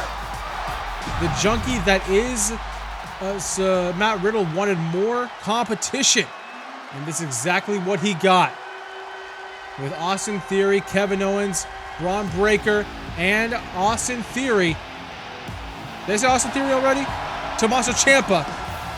All four in this matchup. Looking to claim United States gold. And from Woodstock, Georgia, weighing in at 230 pounds, Bron Breakker. And probably the fastest rising star in history, Bron Breakker. The explosive and devastating Bron Breakker could splash onto the scene with a win here tonight and be your United States champion. But it's everything in this matchup is crazy. There's a 20% chance that you would win in this match. And you gotta think something has to give here. But all these guys are on the top of their game on the Raw scene. So who is gonna win in this matchup? Let's find out. And it's all for this gold right here, the United States Championship.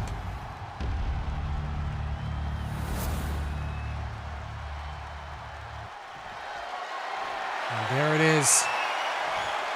The winged United States Championship. I personally love the look of that championship. But nevertheless, nobody cares what I think or like. Here we go. Fatal five-way match for the United States Championship. What's going to happen here at Survivor Series? Kevin Owens and Matt Riddle going after each other. The other three guys kind of go after each other on the other side of the ring.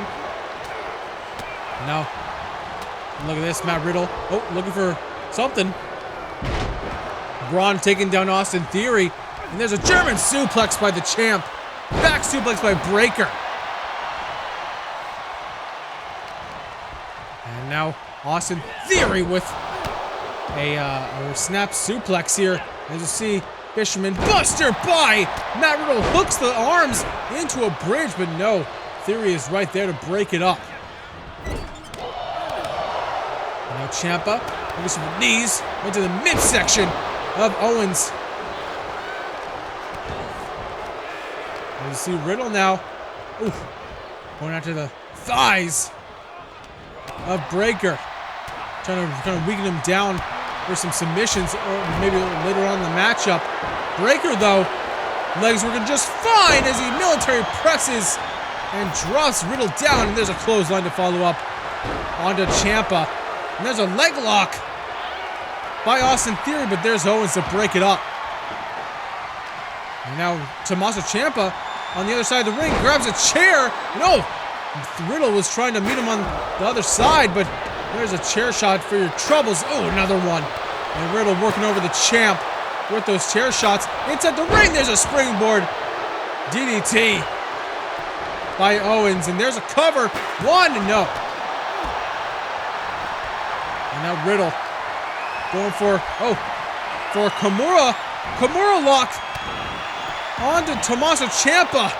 But again, I think that the fall has to happen on the inside. And Owens takes down Breakker. Austin Theory rolls out to the outside, but there's Owens going to the top rope here. He's waiting for Breakker to get up, but Theory's right there to stop him with a deadly driver off the top. Now Ciampa, once again, with those chair shots to the champ. No, there is a bicycle knee, and there's Owens with a back suplex onto Theory. So much happening in so little time. I'm sorry if I miss any kind of big move that happens, but I'm trying to keep my eyes peeled on everything. Now inside the ring, look at this. There is the TKO by Theory, and on the outside.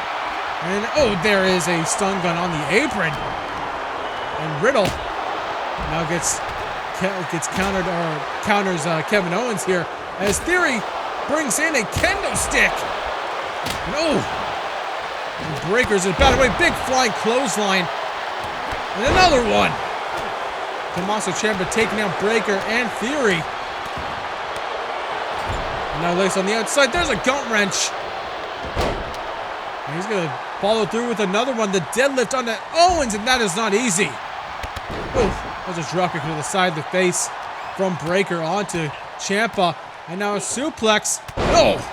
Just narrowly missing that kendo stick as Riddle now just dropping some bombs onto Kevin Owens' face here with those hammer fists.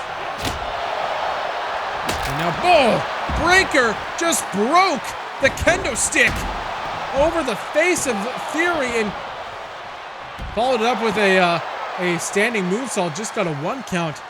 And now he's going to introduce the chair to Austin Theory's face and chest and arms. The upper body of Theory here. Theory, though, countering. And there's a code breaker on the outside from Owens onto Riddle. And into the barricade goes Riddle. And there's a German suplex on a Breaker.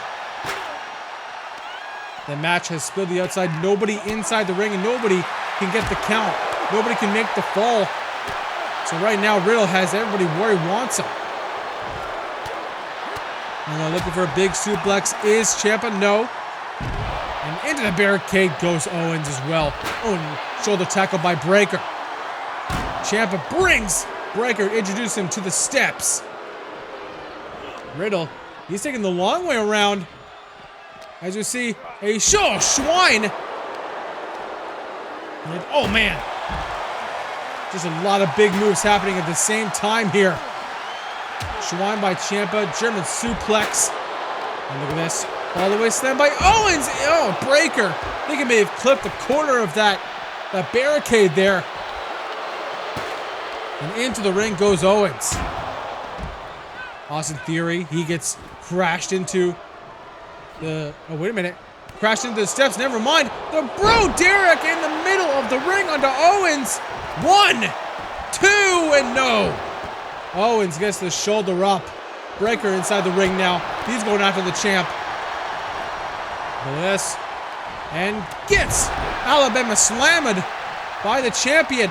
Oh my God, sleeper slam now. Riddle's going crazy inside that ring. And this is the kind of adrenaline rush that Riddle wants in his matches. Just all the competition, all the time. And now, oh, there's a slam right into the spine. The spine actually parallel to that baseball bat. So Tommaso Ciampa has to be hurting.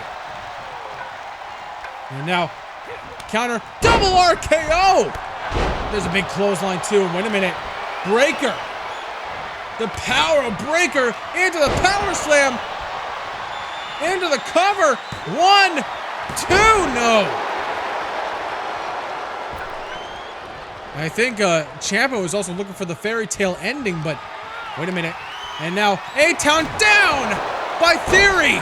Looking for the cover, but Riddle somehow had the wherewithal. There's the pop-up power bomb, but Theory's also right there. So many big moves in the last minute or so. And now Theory going for a big, spear by Breaker. But Breaker sees that Riddle is getting back to his feet. Now he's going to meet him with a big time power bomb. And Riddle, wait, Ciampa with a backbreaker. Off the second rope. My God, look at this. Oh, no, there's a stiff neckbreaker on the Breaker. This is indeed awesome. All 5 of these guys firing off on all cylinders here. Just hit the turbo on their cars. They're going full throttle. Oh. All right, what's going to happen here? Breaker with a plunge and a misses. Breaker looking for a huge plunge to the outside. Riddle just simply moves out of the way. And on the outside, look at this. Ciampa, oh my God, knee right to the face. Kind of a suplex GTS, but there's a neck breaker for Owens as well. Riddle, now already dangerous. He has a baseball bat. And now, big time dropkick, and Owens gets met with the bounce table. There's a super kick by Theory. And now into the, Irish Curse backbreaker. And on the outside of the screen, there is that scoop in the slam, the spine of Ciampa. Already hurting from landing on that baseball bat about 2 minutes ago. Just gets his back met with that steel side, the apron. Or that steel frame of the ring. Big time German. Oh, DDT on the outside. Look at this. Oh, looking for belly to belly. No, countered by Riddle. Ooh. Looking for a drop kick, but his neck, I'm sorry, his knee might be hurting him after that. And now another suplex GTS by Ciampa. And now, looks like his knee is fine as Riddle jumps back inside the ring. Riddle has to look out. Oh, sorry, Ciampa has to look out. German suplex.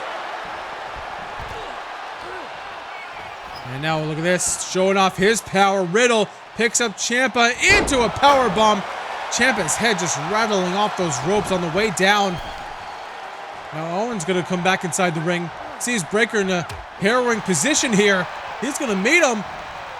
Gonna pick him up for a back suplex off the apron. Now inside the ring, look at this. Riddle with a bro mission. Bro mission from Riddle. No. Ooh. Ciampa's had it scouted. Broke it up and a simple punch to the face. Broke it up. There's a neck breaker.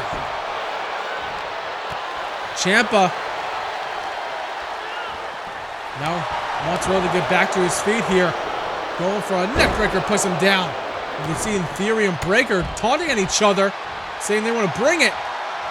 Look at this. So nice counter there by Ciampa onto Owens. Owens maybe going for the package pile driver. Ciampa saw it coming. I'm sure Ciampa and Owens had their fair battles on the indies. Ciampa knew what was coming. And now this Riddle back with the baseball bat. But Breaker had to break that up. No pun intended. And look at this. Now just drives him down with that slam. It's anybody's match here. Nobody really has it in the driver's seat in this matchup. There's a chair, and Matt Riddle is now busted open, courtesy of that chair shot by Theory. And a snap suplex by Owens takes him down. Into the barricade goes Theory. Breaker going for a chop up and misses and gets met with a knee. Right to the side of the head. Oof. Now we're all conglomerating into the top left corner. There's a spine buster by Breaker.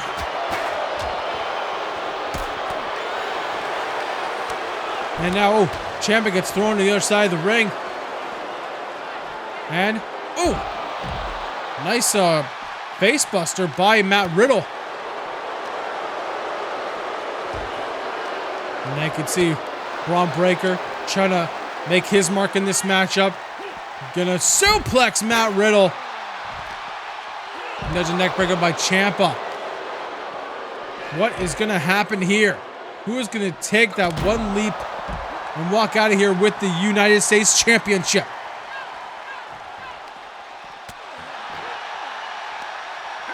And as long as all five of these guys are, oh, wait a minute, Ciampa with a big boot for Breaker, or to Breaker at least. If all five of these guys stay on the outside, it just means good things for Matt Riddle. Of course, the fall cannot happen on the outside, so all they're doing is just kind of weaken each other up. There's an STO by Theory. And now, oh, wait a minute. Look at this. Owens with the Argentine backbreaker. Into the neck breaker. Riddle's back to his feet, though, and meets him with a bicycled knee. And now Theory gets thrown back inside the ring. And there is a, kind of a protoplex by Breaker. You can see he wants to break Ciampa as we see German suplex by Theory onto Riddle. And just takes Ciampa down as Breaker. And now inside the ring goes Theory. No. He simply does not want to go inside the ring. There's a clothesline for your troubles. I know something is blocking their path to get inside the ring, but they just do not want to get inside the ring here. You see, wait a minute. Matt Riddle, just a simple punch right to the jaw, the nose, the bridge of the nose. And Owens is like, let me take this into my hands. And he is just absolutely wrecking shop with those stairs. And now, oh, double noggin knocker from Owens as well. Breaker gets thrown to our side here. There's a German belly-to-belly suplex. You see, look at this. What's happening here? Oh, double suplex by Riddle and Owens. Oof. Something has to give here. They cannot just keep on. I mean, technically they could. They could spend all night here, and nobody could really do anything about it. But, I mean, if I was one of them, I would want to get just one person inside the ring, capture or a submission or a 1-2-3 to walk out of here as United States Champion, because all these guys do not get paid by the hour here. But what they're doing is just wigging each other, so one big move inside the ring will finish it. And now Breaker showing off his power. Oh. And now Theory brings Owens to the barricade. And here comes a suplex. Boom! Right onto the chair. Breaker in a bad way.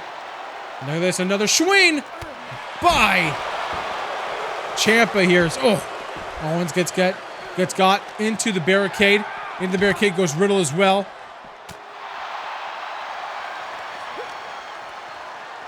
And now look at this. Maybe another suplex. GTS!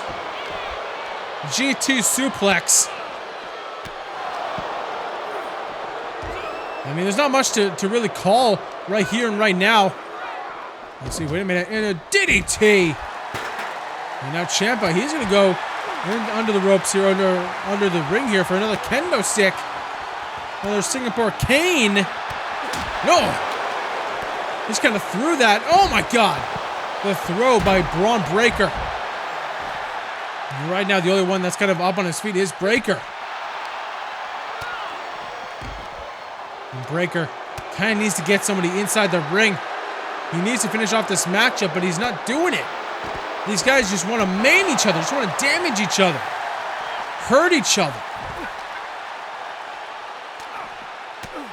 Riddle, Ciampa, Owens, Theory, Breaker. Who will walk out of here as United States Champion? Matt Riddle walk out of here as 11-1, or will someone be the new United States Champion as a German suplex? Riddle just gets folded. Wait a minute. Electric chair, no. Ciampa with a poison Rana on the outside. My God. Ciampa with the poison Rana. And right now, Breaker gets inside the ring. Owens threw Breaker inside the ring, and he's going to meet him in there. Right now, oh, look at this. He catches him. Breaker with a power slam. Goes with the cover. 1, 2, and no, Theory breaks it up. Now, Theory with the down. But Ciampa now, he's going to break it up. Now, Ciampa, wait a minute. Going for the fairy tale ending. And will it be a fairy tale ending for Ciampa 2? And nobody can break it up. And Ciampa is your new United States Champion. Here is your winner and new WWE United States Champion, Tommaso Ciampa. I cannot believe it. It was Matt Riddle's own hubris to get so many competitors into one match, but that was his downfall, as Tommaso Ciampa has his reckoning, and he is your new United States Champion.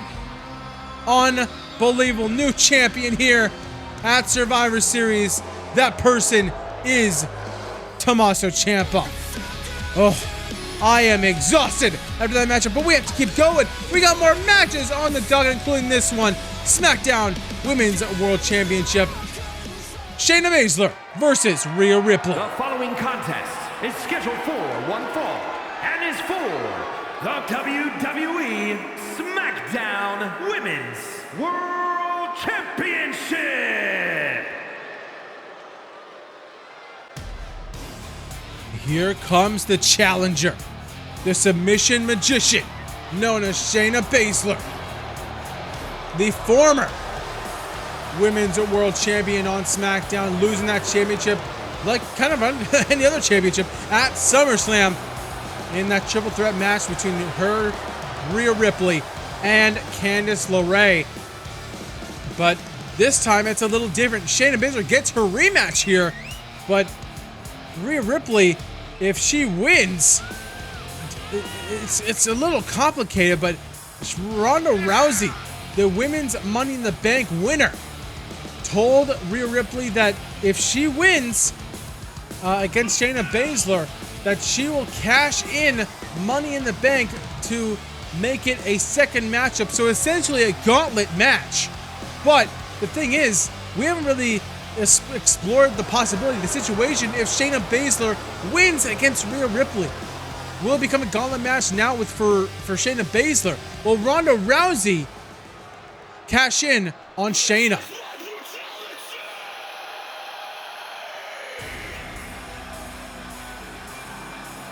Here we go. Here comes the Eradicator, the SmackDown Women's World Champion. Her name is Rhea Ripley.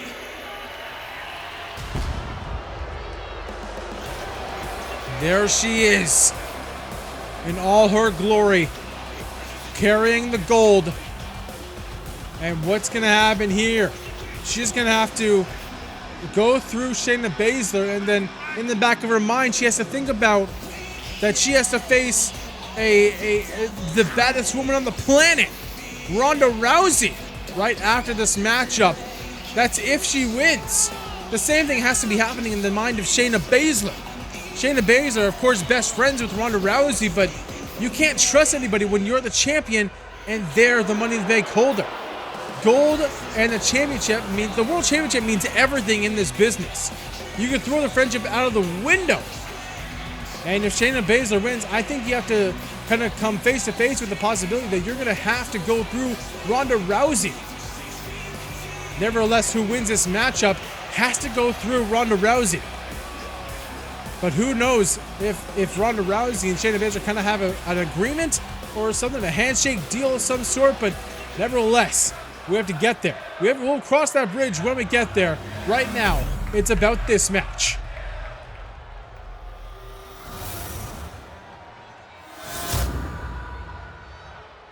Introducing the challenger from Sioux Falls, South Dakota, the Queen of Spades, Shayna Baszler. And her opponent from Adelaide, Australia, she is the WWE SmackDown Women's World Champion, Rhea Ripley. Well, the introductions are over, and we're getting ready for this SmackDown Women's World Championship matchup. And frankly, that might not be the last time we hear Jim or Mike Rome doing those introductions, because like I said before, they have to worry about one more match after this. I mean, who knows if Shayna Baszler wins, if Ronda is even going to cash in. But you know for sure that if Rhea walks out of this match as champion, that Ronda will cash in, and we'll have another matchup on our hands. But here we go with this matchup. Rhea and Shayna with, nice back body drop by Shayna. Shayna doing the neck and the thumb over the neck, saying it's time for her to regain it. It's time to end Rhea Ripley's reign and regain the SmackDown Women's World Championship. But Rhea, she is whipping Shayna Baszler with these German suplexes. And oh my God, a big boot right to the side of the face. Rhea just bringing in the heavy artillery early. Doing some big moves to start off the matchup. But oh, what a flying knee by Baszler. And you gotta think if it's a ground game for Shayna in this matchup. Rhea kind of wants to speed up the matchup and use her power as well. The overwhelming power of the champion. Now into the turnbuckle here, and Shayna, with a dragon sleeper, but she's lifting Rhea from the second rope, and Rhea just crumbles to the mat. Gonna go for a cover as Shayna hooks the leg, just a 1 count. Baszler, no wasted motion. We know these two women are all business inside that ring. Not much showboating for either woman, excuse me. And look at this. Just hammering shots here by the champion. And you know, Rhea wants to end this match early. That's why she did so many big moves at the start of the matchup.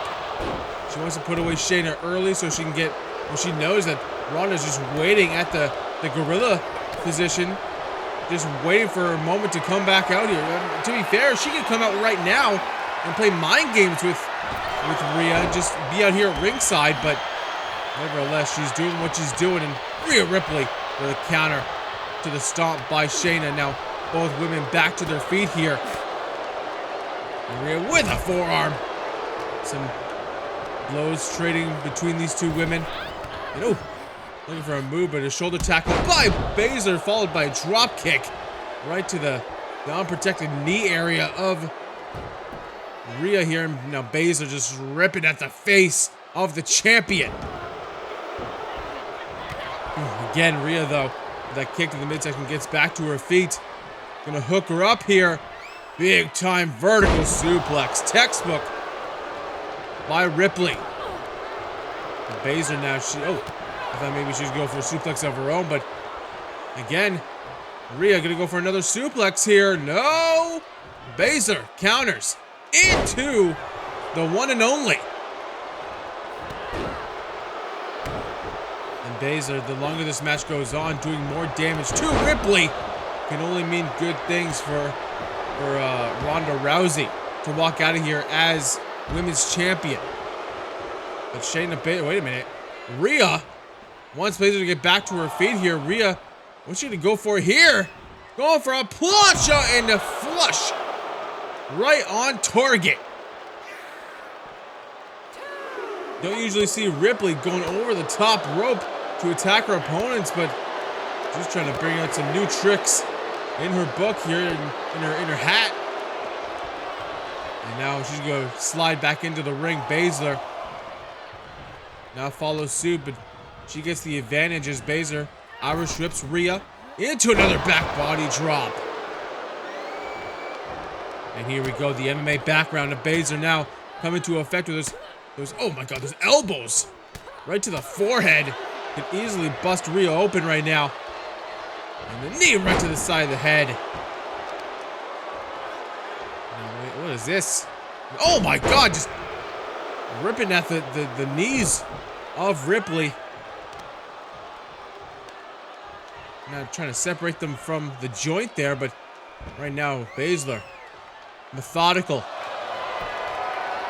And now look at this. Oh, looking for a modified STF. Ripley in the middle of the ring. Is she going to try to drag herself to the ropes? No, she's going to use her power to flip Baszler over. She counters it into a clothesline into the turnbuckle. And now stomping a mud hole. What? Stomping a mud hole. What? Now goes for the cover. 1, 2, no. Baszler gets the shoulder up once again. But Baszler in a bad way here. Ripley. Oh, no, gonna go for a suplex. Oh, into the cure for the clutch, stealing Baszler's move. Will Baszler tap out to her own move here? And Baszler, with the elbows to the midsection and one to the face. Well, if she knows how to apply the move, she should be able to get out of her own move here. Oh, the drop kick again. Oh, Ripley follows it up that counter with a clothesline to the back of the neck. And now she need to go to the second rope. Big time splash. Drops the leg as well. Don't know how you want to keep Baszler down. I'm not sure how you keep Baszler down. If she's down and out, I mean, she's kind of backed into backed against a wall. That's kind of her forte in her MMA background. She'll know how to counter it and get into submission. The submission magician knows probably 1,004 holds. Looking for a leg drop is Rhea. But Ripley, no one home. Baszler follows it up with a drop kick. But right into our announce table here. Goes Baszler and back inside the ring. And now Ripley now just stalking her prey from the outside. Now just looking at the crowd.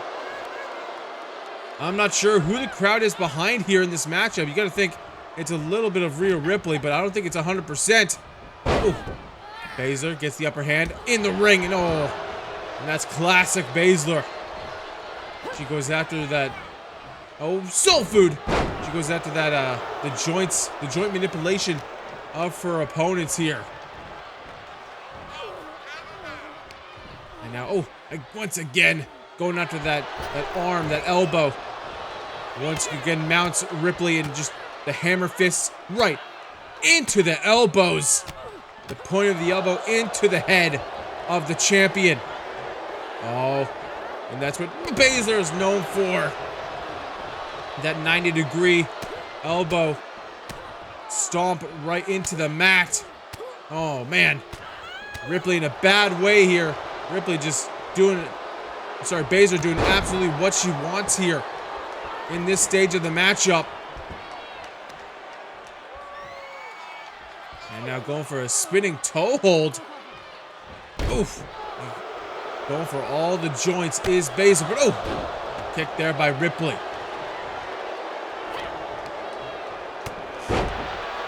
And now Ripley trying to get back into this match after a flurry of attacks by Baszler.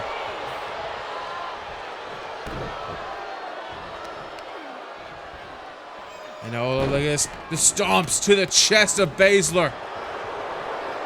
And Ripley wants to finish it off. She did the cure for the clutch last time. But this time she is going for the Riptide. But she does not keep the pin. Now she goes for the pin. And that's a 1. And I would say a mistake by Ripley. She let Baszler roll towards the ropes, and that led to a rope break. Ripley could be walking out of this match as champion right now. But Baszler, once again, going after the arm and the fingies of the champion. And into a spine. Buster spine on the pine by Baszler. Ripley trying to drag herself up, but gets caught with a shoulder tackle and crumbles to the outside. And Ripley quick to get back to her feet. Baszler gonna rush out and try to meet her out there. And now, look at this. The sidewalk slam by Baszler. And usually in a match, one person works over one part of the other person, has a target on their mind, but Baszler in this match is working over simply every part of Ripley's body. She took time in this match to work over the knees, the elbows, the fingers, the head, the back. So right now, Rhea Ripley must be hurting in all sorts of different places. And there is the deadlift government suplex, flips over, picks her back up into the second one. And up to a 6 count by the ref. Again, champion's advantage in this matchup, and Shayna knows that quite well. Up to a 7 count here. Ripley gonna head back inside the ring. Look at this. Just toying with Baszler. Just taunting Baszler into a takedown. Like a running single leg takedown by Ripley. And now, Baszler though. Counter. Oh, kick to the thigh. Looking for maybe the cure for the clutch, but Ripley saw it coming into the Northern Lights suplex. Now Ripley. Oh, little receipt from earlier with that 90-degree elbow with the stomp. And now Ripley gonna go for an elbow drop. Gonna go for the cover. 1, 2, and 3. Ripley walks out of this match as champion. But if I had to be a betting man, this night is not done. And still, WWE SmackDown Women's World Champion, Rhea Ripley. Rhea Ripley is 1 for 1 here tonight. Will she make it 2 out of 2? As we just await. Oh boy. There she is. Right on time is the women's Money in the Bank holder. That person is Ronda Rousey. Well, we all knew it was coming. Rhea knew it was coming. Ronda was waiting, chomping at the bit right out of that curtain. Here she comes with briefcase in hand. And essentially, we have a second SmackDown Women's World Championship match here and right now. And Rhea just took a hellish beating from Baszler. And she has to be hurting all over. So Ronda, will this be an easy match for Miss Money in the Bank? For maybe 10 more seconds, she's Miss Money in the Bank. But nevertheless, she's in this match. This match is about to be, I don't know, a cakewalk for Ronda, but who knows? And there she is. She is cashing in Money in the Bank. And Ronda, Rhea has to get back inside the ring. This is an official matchup, and there she is. And this crowd is actually on Ronda's side here. But I think Rhea, looking for a big-time suplex. No. Counter. Oh, looking for a chop block is Ronda. If you're Rhea, what do you have to do to combat Ronda in this matchup? She just took a 10-15 minute match with Shayna, and now she has to face a second match. Not only that, but with the baddest woman on the planet, Ronda Rousey. And now, but if anybody's gonna do it, it will be Rhea Ripley, the indomitable, the eradicator, known as Rhea Ripley, winning the championship at SummerSlam, just retaining the championship here at Survivor Series, and now has to do one more match.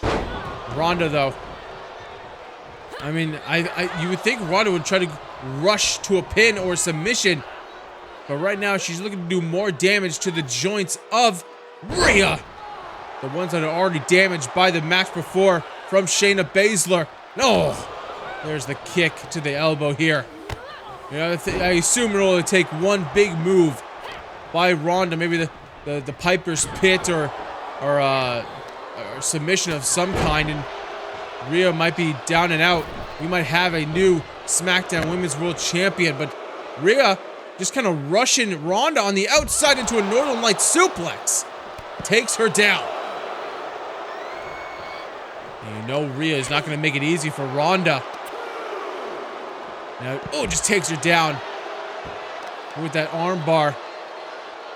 And on the outside, monkey flip. We're up to a 4 count, I believe. Yes. And Rhea Ripley gets thrown back inside the ring. And somehow getting back to her feet pretty quickly. I mean, this must be so daunting for Rhea, just basically running a marathon between two of the most harrowing women on SmackDown.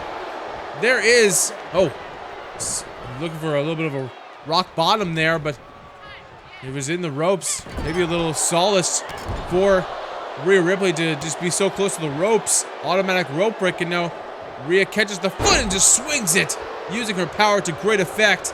And now, there's a drop kick to the side of the face. And now Ripley trying to bring Ronda, but Rhea Ripley just has to be hurting in so many places. And now, here goes power bomb by Ronda. Now she could just jump straight to the top rope here. He goes for a big time elbow drop. Oh, sorry, knee drop, excuse me. As you see just now, just raining down punches.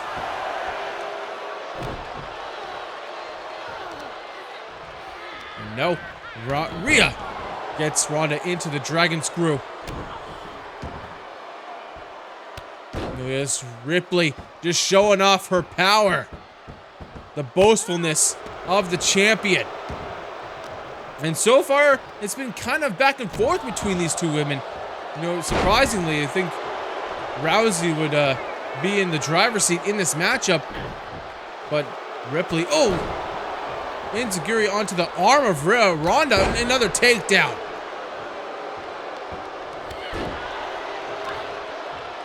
Now Ripley gonna pick her up and just throw her right into the corner. You see another stomp with that 90-degree elbow.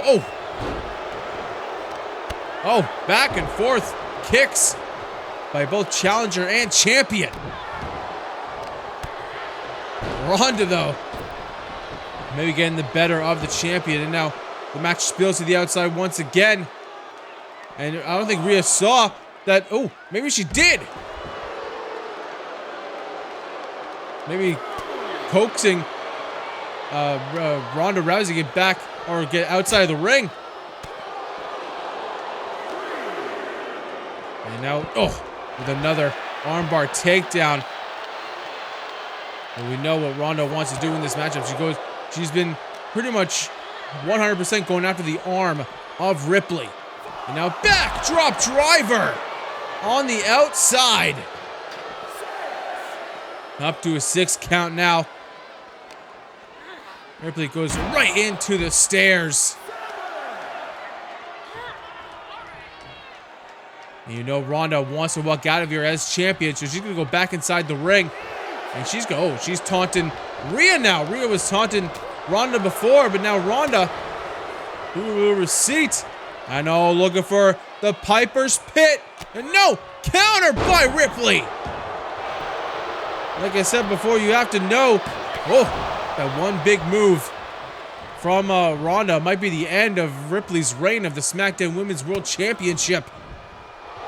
And there's a dropkick by Ripley. But she's putting up a hell of a fight against the baddest woman on the planet.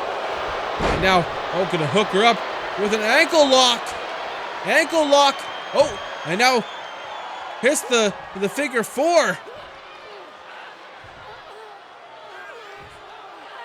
And now Ripley, she has to be seething in pain from this ankle lock. Not so much from Ronda Rousey doing more damage, but from the match before, where Baszler worked over the knees and the legs of Ripley. And big boot right on the money. Now Rousey, counter. Now she's gonna pick up the champion.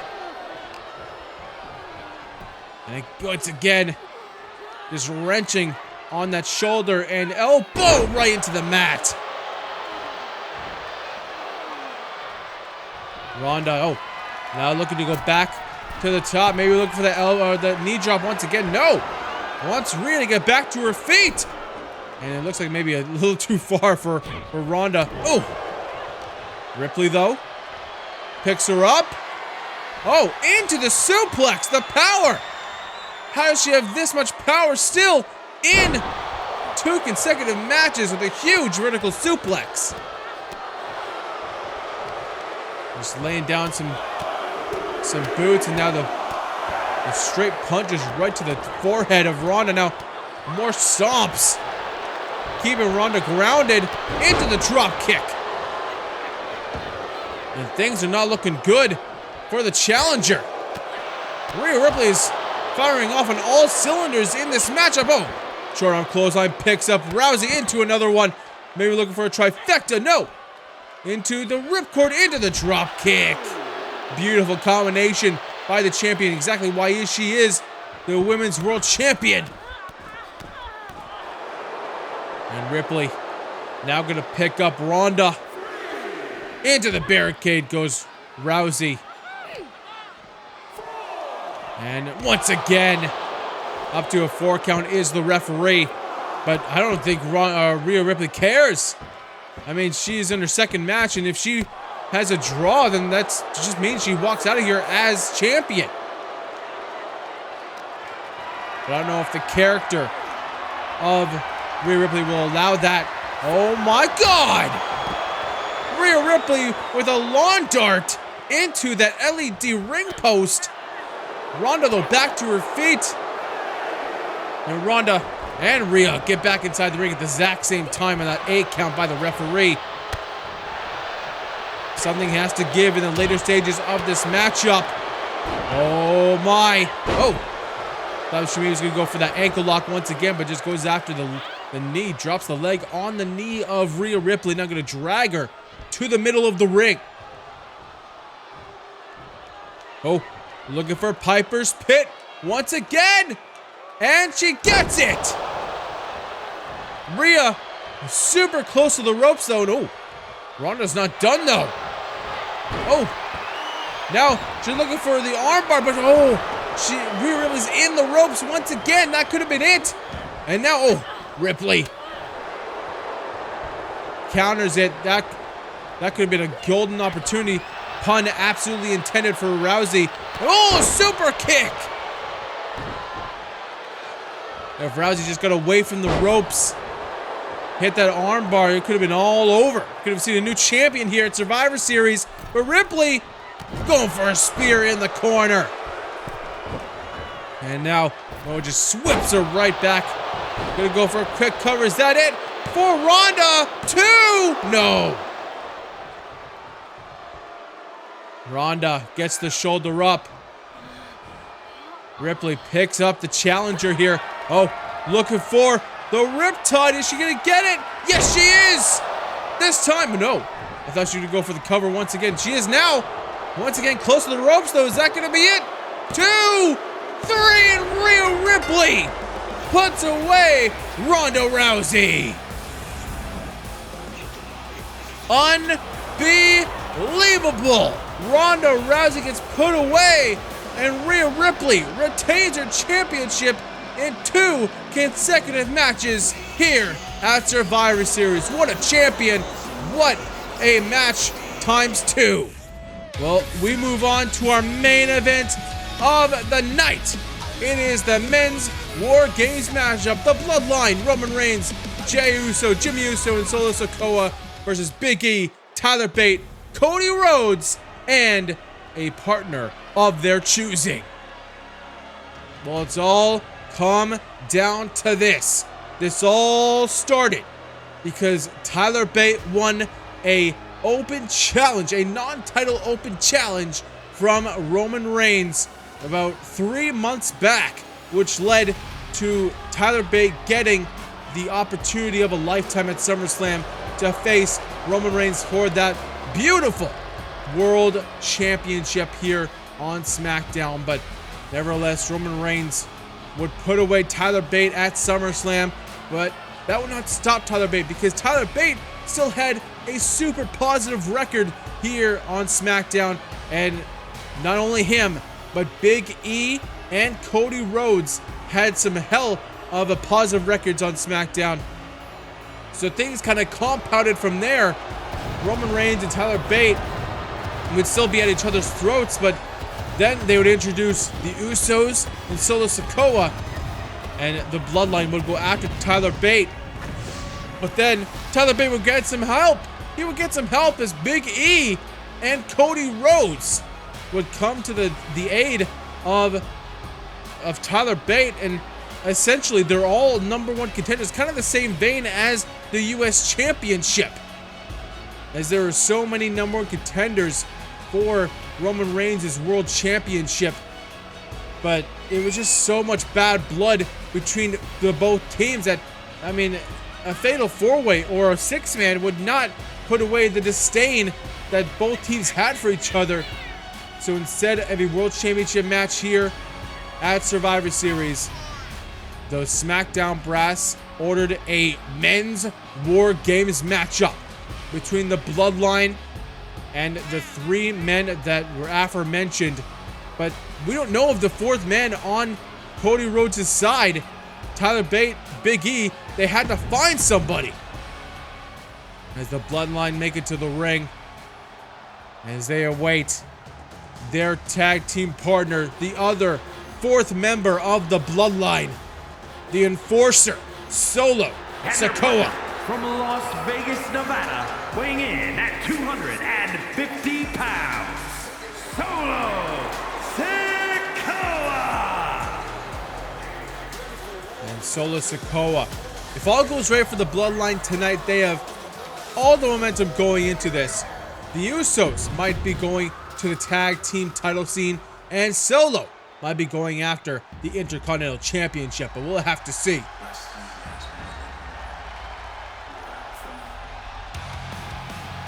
And here comes member number 1 of the opposing team. That man is Cody Rhodes.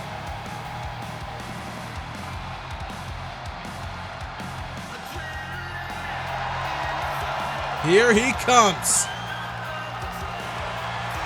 The man, one of the people on SmackDown who have the most momentum. Like I said, Roman Reigns has a lot to think about in terms of number 1 contenders.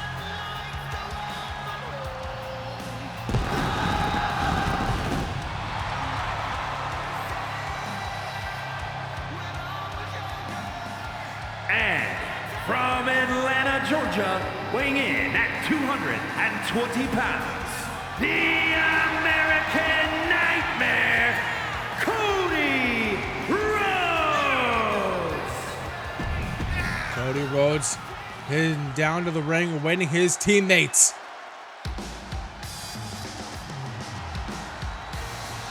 Here comes the big strong boy.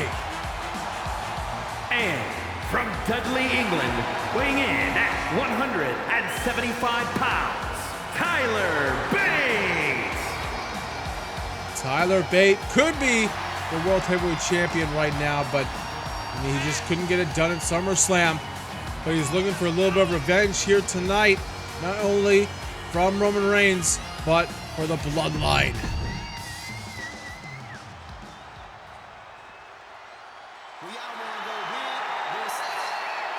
Oh, here comes a former champion himself.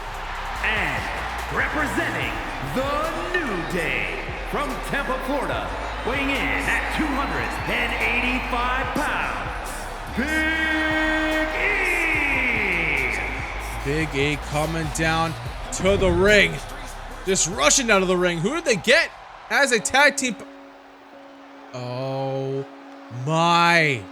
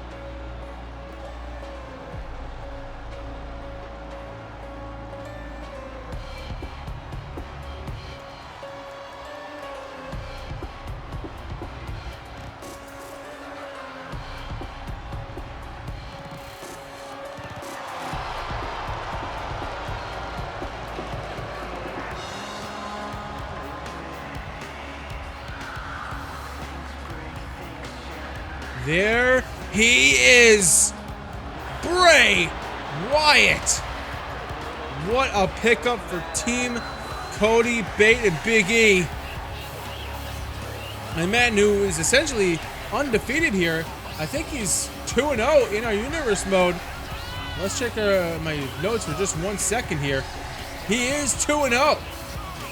So, I mean, for all intents and purposes, the math checks out. You want to get somebody that is essentially undefeated here. You want their best odds of winning, you get somebody like Bray Wyatt, who already defeated the Intercontinental Champion in his first match here in Universe Mode. Now here we go. Starting off the matchup is Tyler Bate and Jey Uso. Again, let me reiterate that the match does not officially start until all members of War Games are in. All members of both teams have to be inside the ring for War Games to start. So right now, it's all about just hurting your said opponents. And Bate and Uso trying to just trading blows back and forth here. But something has to give. What's going to happen? Will the Bloodline walk out with all momentum, or will essentially the team of #1 contenders get the win? And even if they do win, what does that mean for Roman Reigns and his world championship? Not only his championship, but his reign as champion. Will it mean that, you know, the person pinning who gets the pin or submission, will they get #1 contendership? Will the whole team get #1 contendership? Will that mean another fatal 5-way in the future? Oh, for another championship? This time Roman Reigns' world championship? We'll have to wait and see. Right now, Jey Uso has Tyler Bate and just drapes him right over the top rope. And now Uso picks him up. And the headbutt. The very infamous hard heads of the Samoans coming into play here. But Tyler Bate now just whips Jey Uso right into the other ring. And now going to fight on the other side of the ring here, or in the other ring, I should say. Now Jey Uso whips. Oh, here we go. Who's going to come into this matchup? Another power slam. Is it going to be the Bloodline, or is it going to be team #1 contenders? Oh, we know that music. That is Solo Sikoa coming down for the Bloodline. So right now, like essentially the women's War Games matchup, it's going to be a lot of 1-on-2s, 2-on-3s, 3-on-4s until all members are inside that match. And Solo trying to get a little bit of a Tyler Bate. No, German suplex by Bate. He's has to essentially do a handicap match for the next couple of minutes. And you know, the pack of dogs, the pack of wolves that are Jey Uso. So let's go with the Bloodline. They love this type of matchup. And now the Tequila Sunrise by Jey Uso. Solo just watching in anticipation. Now it's his turn to go after Bate. But Bate trying to do everything in his power to stay in this matchup. Now just doing successive elbows. And now, the Gourd Buster by Solo. Now, wait a minute. What is this? Both Solo and Jey, or Solo now, he's going up to the top. Oh, I thought Solo was going to jump off. Oh, now look at this Jey Uso throwing Bate to the other ring. Jey Uso showing off his power a little bit. And now going for a headbutt. No. Bate counters both of those top rope moves. He goes on the attack here. But no, Solo's right there to break it up. Are you going for another Gourd Buster? Yes, he is. Oh, I was going to say it's about that time for a member of Team #1 Contenders. Who is going to join Tyler Bate in this matchup? There's a DDT by Jey Uso. Oh, it's the man, the mystery man of the team, Bray Wyatt. He is coming down the ring. There's a super kick by Jey Uso. Will Bray go right into the match? Oh no, he's getting some toys. He has a sledgehammer he's going to introduce, but he's not done. Is Tyler Bate actually doing? Oh, we got tables now. We got tables in the match. As Bray Wyatt now, introduce that sledgehammer. Now Jey Uso working over Tyler Bate with that said sledgehammer. But Bray Wyatt, quick to get inside the matchup. There's a DDT. Solo has the sledgehammer now right onto the knees and the legs of Tyler Bate. Bray Wyatt busy with Jey Uso hitting that stomach breaker. And right now Solo just continuing the attack. Now, well, we saw this before. Solo, what's he gonna do here? Solo standing on the top of War Games and going for a big splash onto Bate. And we only have half the competitors in this matchup, and there's been tons of action, tons of highlights. Especially that one right there with the big splash by Solo, showing what he brings to the table for the bloodline. And Bate trying to get back to his feet. It's tough for him after that splash. Jey Uso brings Bray Wyatt to the other ring here. Oh, here comes the third member of the bloodline. Who is going to join? Is it going to be Roman Reigns or is it going to be Jimmy Uso? Oh, there's a big power slam. And here comes Jimmy Uso, the second of the Uso tag team. Now he's gonna bring some toys in here. He's got a chair. Oh, Tyler Driver 97. Big time clothesline. We got another table in this matchup though. Flapjack by Jey Uso. Oh, look at this. Tyler Bate. Is he gonna do the same thing as Solo? Oh my God. Big time splash by Bate. A little tit for tat, a little receipt for Solo. Now the Usos have tag team, tables, I should say. Oh, and Tyler Bate now busted open, and there's a Singapore cane. Kendo stick by Jimmy Uso into the midsection. Jey Uso taking care of Bray Wyatt, so Bray Wyatt can't help out Tyler Bate. And now Solo has a chair here. Oh, just over the head of Bray Wyatt. Bray Wyatt now might be busted open as well. Oh, nice move there by Jimmy Uso. The hip toss into the neck breaker.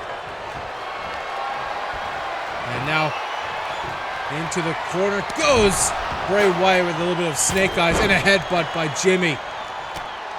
Onto Bate. Solo now bringing the other table. And a little bit of a double team by Solo and Jay. Those are some bad ways for Team No More Contenders as Solo works over the knee of Bray. The Usos trying to work over Bate here is going to have the third member of the Team No More Contenders. Here comes Big E. Another Tequila Sunrise by Jay. You see on the other end of the ring here. Oh, kind of there by Bray. Will Big E get some lumber, get some toys? Yes, he will. He'll get another Singapore cane. But he is not done. There's a Hurricane Rana. I think that might have been Sister Abigail by Bray as well. I may have missed that. Big E now has a stop sign. Now he's going to introduce himself to this match here. He's grabbing the Singapore cane. Jey Uso has to watch out. Oh, over the back of the head into the midsection. Oh, and there's Jimmy Uso with a sledgehammer onto Bray. No! Neck breaker there by Jimmy Uso. Still with that sledgehammer into the midsection of Bray Wyatt. There is a big atomic drop. You know, into the corner. So right now it's essentially a handicap match in both rings here. Jimmy and Solo working over Bray. And Big E and Tyler Bate working over Jay. Jimmy, though, he's going up to the top here. I think he's maybe looking for another splash. We saw splashes from both Solo and Bate. There's a DDT. The table does not have any structural integrity, apparently, as now all 6 men are inside the same ring here. Wait a minute. Big suplex, no counter by Jimmy. Oh, there's a sledgehammer once again. Back suplex by Big E. Right now, I think essentially Tyler Bate has got the worst in this matchup. Oh, big time spine buster. And here comes the world champion on SmackDown. The head of the table, the tribal chief. Acknowledge him. Is Roman Reigns. Not getting any toys. He is just simply getting inside the ring, grabbing the stop sign, and going to help out Team Bloodline. Another Tequila Sun Rising Solo to the top rope. Literally the top rope. Over an elbow drop, but no. Jay over. Oh, nice move there. And right now, Bloodline is in full control of this matchup. No. Bray, though, counters. Oh, man. Roman Reigns now just wallops Bray Wyatt in the head with that stop sign. Now counter there by Bate. Roman Reigns had, the sledgehammer hits Bate with that clothesline. Bate trying to, Bray I meant. Bate now working over Solo as we await the final competitor in this matchup and the final competitor for Team #1 Contender. Bray, it gets work over in that shoulder area by Roman Reigns. Roman Reigns right now loving that stop sign. Oh, there's a shot right. Oh, Big E taking down Jay and Roman Reigns, but Jimmy Uso's there for a big time clothesline, taking down one of the men who has the most momentum in WWE. Now that man is Big E, but he's stopping right in his tracks. Now Roman Reigns, he is climbing to the top rope, going for an elbow drop, but Bray moves out of the way, and here comes the final competitor in this matchup. That man being the American Nightmare, Cody Rhodes. Now there's Bray. I'm looking for a clothesline. And now Tyler Bate in the middle partition here. Roman Reigns tried to get him. Clothesline there by Jay into Big E. War Games has officially begun. Now Roman Reigns and Tyler Bate, they're rekindling their rivalry a little bit. Big E now working over Roman Reigns, and now there's Tyler Bate. And like I said before, the handicap kind of motion comes into play here as Solo and Jimmy is working over Bray, but Cody Rhodes, Bate, and Big E working over Roman Reigns and Jay. It looks like Bray's working totally okay. That may have been a dominator by Big E. It's tough to call all of this match here. There's Big E. Right into the corner, but Cody Rhodes takes down Jay. Now Big E and Cody going to work together. Double team maneuver. Bray Wyatt, though. Solo just whipping that table to the other ring and just catches Tyler Bate right on the face. And Bate, Solo now had that sledgehammer. Jimmy now gonna set up and then unset up. That table, just whips right over the back of Bray. And you see Cody Rhodes and Roman Reigns having a little bit of a one-on-one matchup here. And now Bate had a abdominal stretch on Jey Uso, which could have spelled the end for the Bloodline, but Jimmy Uso found a way to get over there in due time. Now I'd like to see this matchup. Solo Sikoa and Bray Wyatt. Solo going for a cover.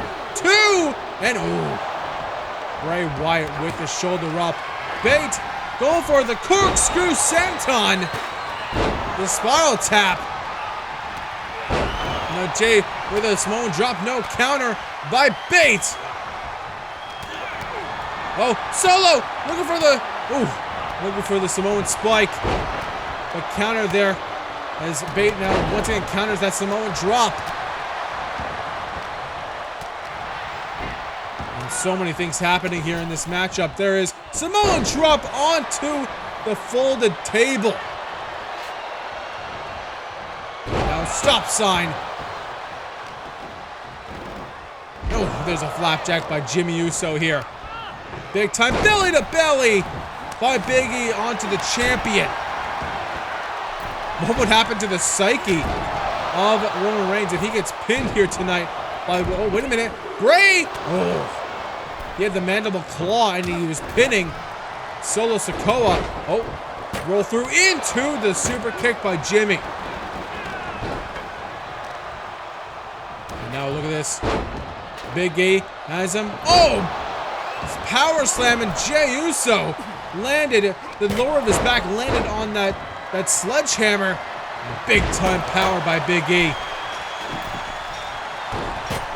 Now Roman Reigns working over Tyler Bate here. And we see Bray Wyatt with a table, 2 tables. Oh, wait a minute. Jimmy and Roman going to the top rope together. There's a, oh, little miscommunication there. Roman Reigns actually elbow drops the knee of Jimmy Uso going after Tyler Bate. Now Bate has a tough assignment in the other side of the ring.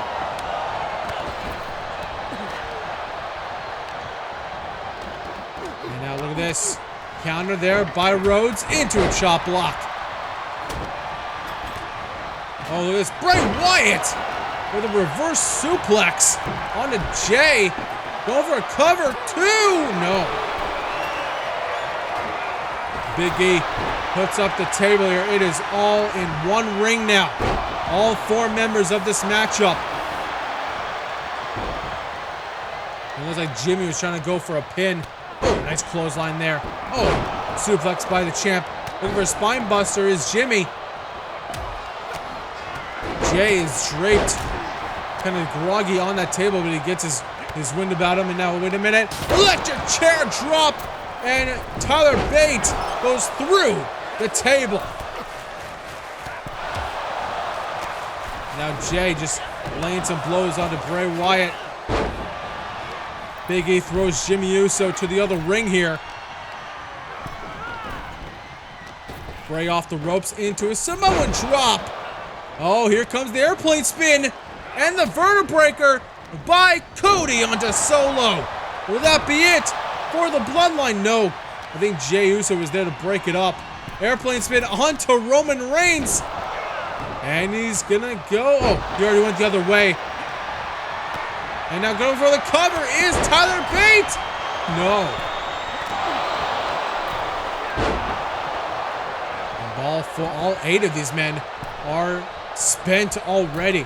It's been turned up to 11 this whole time. And now big power slam by Solo. Oh. Nice moves all around in this matchup. Now, oh. Tyler Bate has Roman Reigns on the middle partition here. Oh. He just drapes him over the top rope. Big E. Oh, what is this? Oh, brainbuster by Cody. And team #1 contender is in super control here. Oh, there's a crossbody by Bray. Tyler Bate now meeting Roman Reigns on the other side of the ring here. Oh, Roman has Tyler Bate in his sights here. Going for the spear. Beautiful disaster. No. Now Tyler Bate, is that it for team #1 contender? No. Bate somehow kicks out of the spear. The thing he couldn't do at SummerSlam. Big time suplex. Look at this. Oh, nice side effect by Cody. Big E now has Jey in a suplex. And look at the power of Big E. And now Cody looking for a reverse DDT. Oh. Jimmy reintroducing that sledgehammer. Oh, Roman Reigns is busted open. And now Oh, what a clothesline there by Jay. And a suplex by Bray. Jimmy accidentally hit Jay. And now Cody just ripping at the face and the head of Roman Reigns, and Roman Reigns gets out of it. Big A. Oh, nice DDT by Bates. Oh, a drop kick by Jimmy. Flat back to Jay. Roman takes down Cody. And now cover by Jimmy, but Big E's right there to break it up. There's a Hurricane Rana by Bate. And Roman Reigns just throws Cody into the other ring. Wait a minute. Look at this. Powerbomb. No, shoulder breaker. Covered by Bate. 1, 2, and no, Jay kicks out. And look at this. Oh, the power. Oh my God. Almost a Regalplex. Spray buster again. Now onto the champion. Tyler Driver. 97. No. Doesn't keep. He's going to go for the cover. Will Bate get the pin onto Jay? 2. And no. Gets the shoulder up. The Big E. Oh, one and only onto Jimmy here. Billy Goat's curse. No solo. Breaks it up. Big time elbow drop onto the Jimmy. Roman picks up Cody. Big E picks up Jay. Nice belly-to-belly suplex. Now Bray. Oh, just a shot right into Solo. Oh, Cody Rhodes with the crossroads onto Jimmy Uso. The bloodline is in the other ring. 2, 3, and Cody Rhodes gets the victory for team #1 contenders. Here are your winners: Tyler Bate, Bray Wyatt, Big E, and Cody Rhodes. Unbelievable! Team #1 contenders gets the win, and guys, that's gonna be it for Survivor Series. Hope you guys enjoyed. This is the final episode for WWE 2K23. We're moving right along to 2K24. So I'll see you on Monday Night Raw.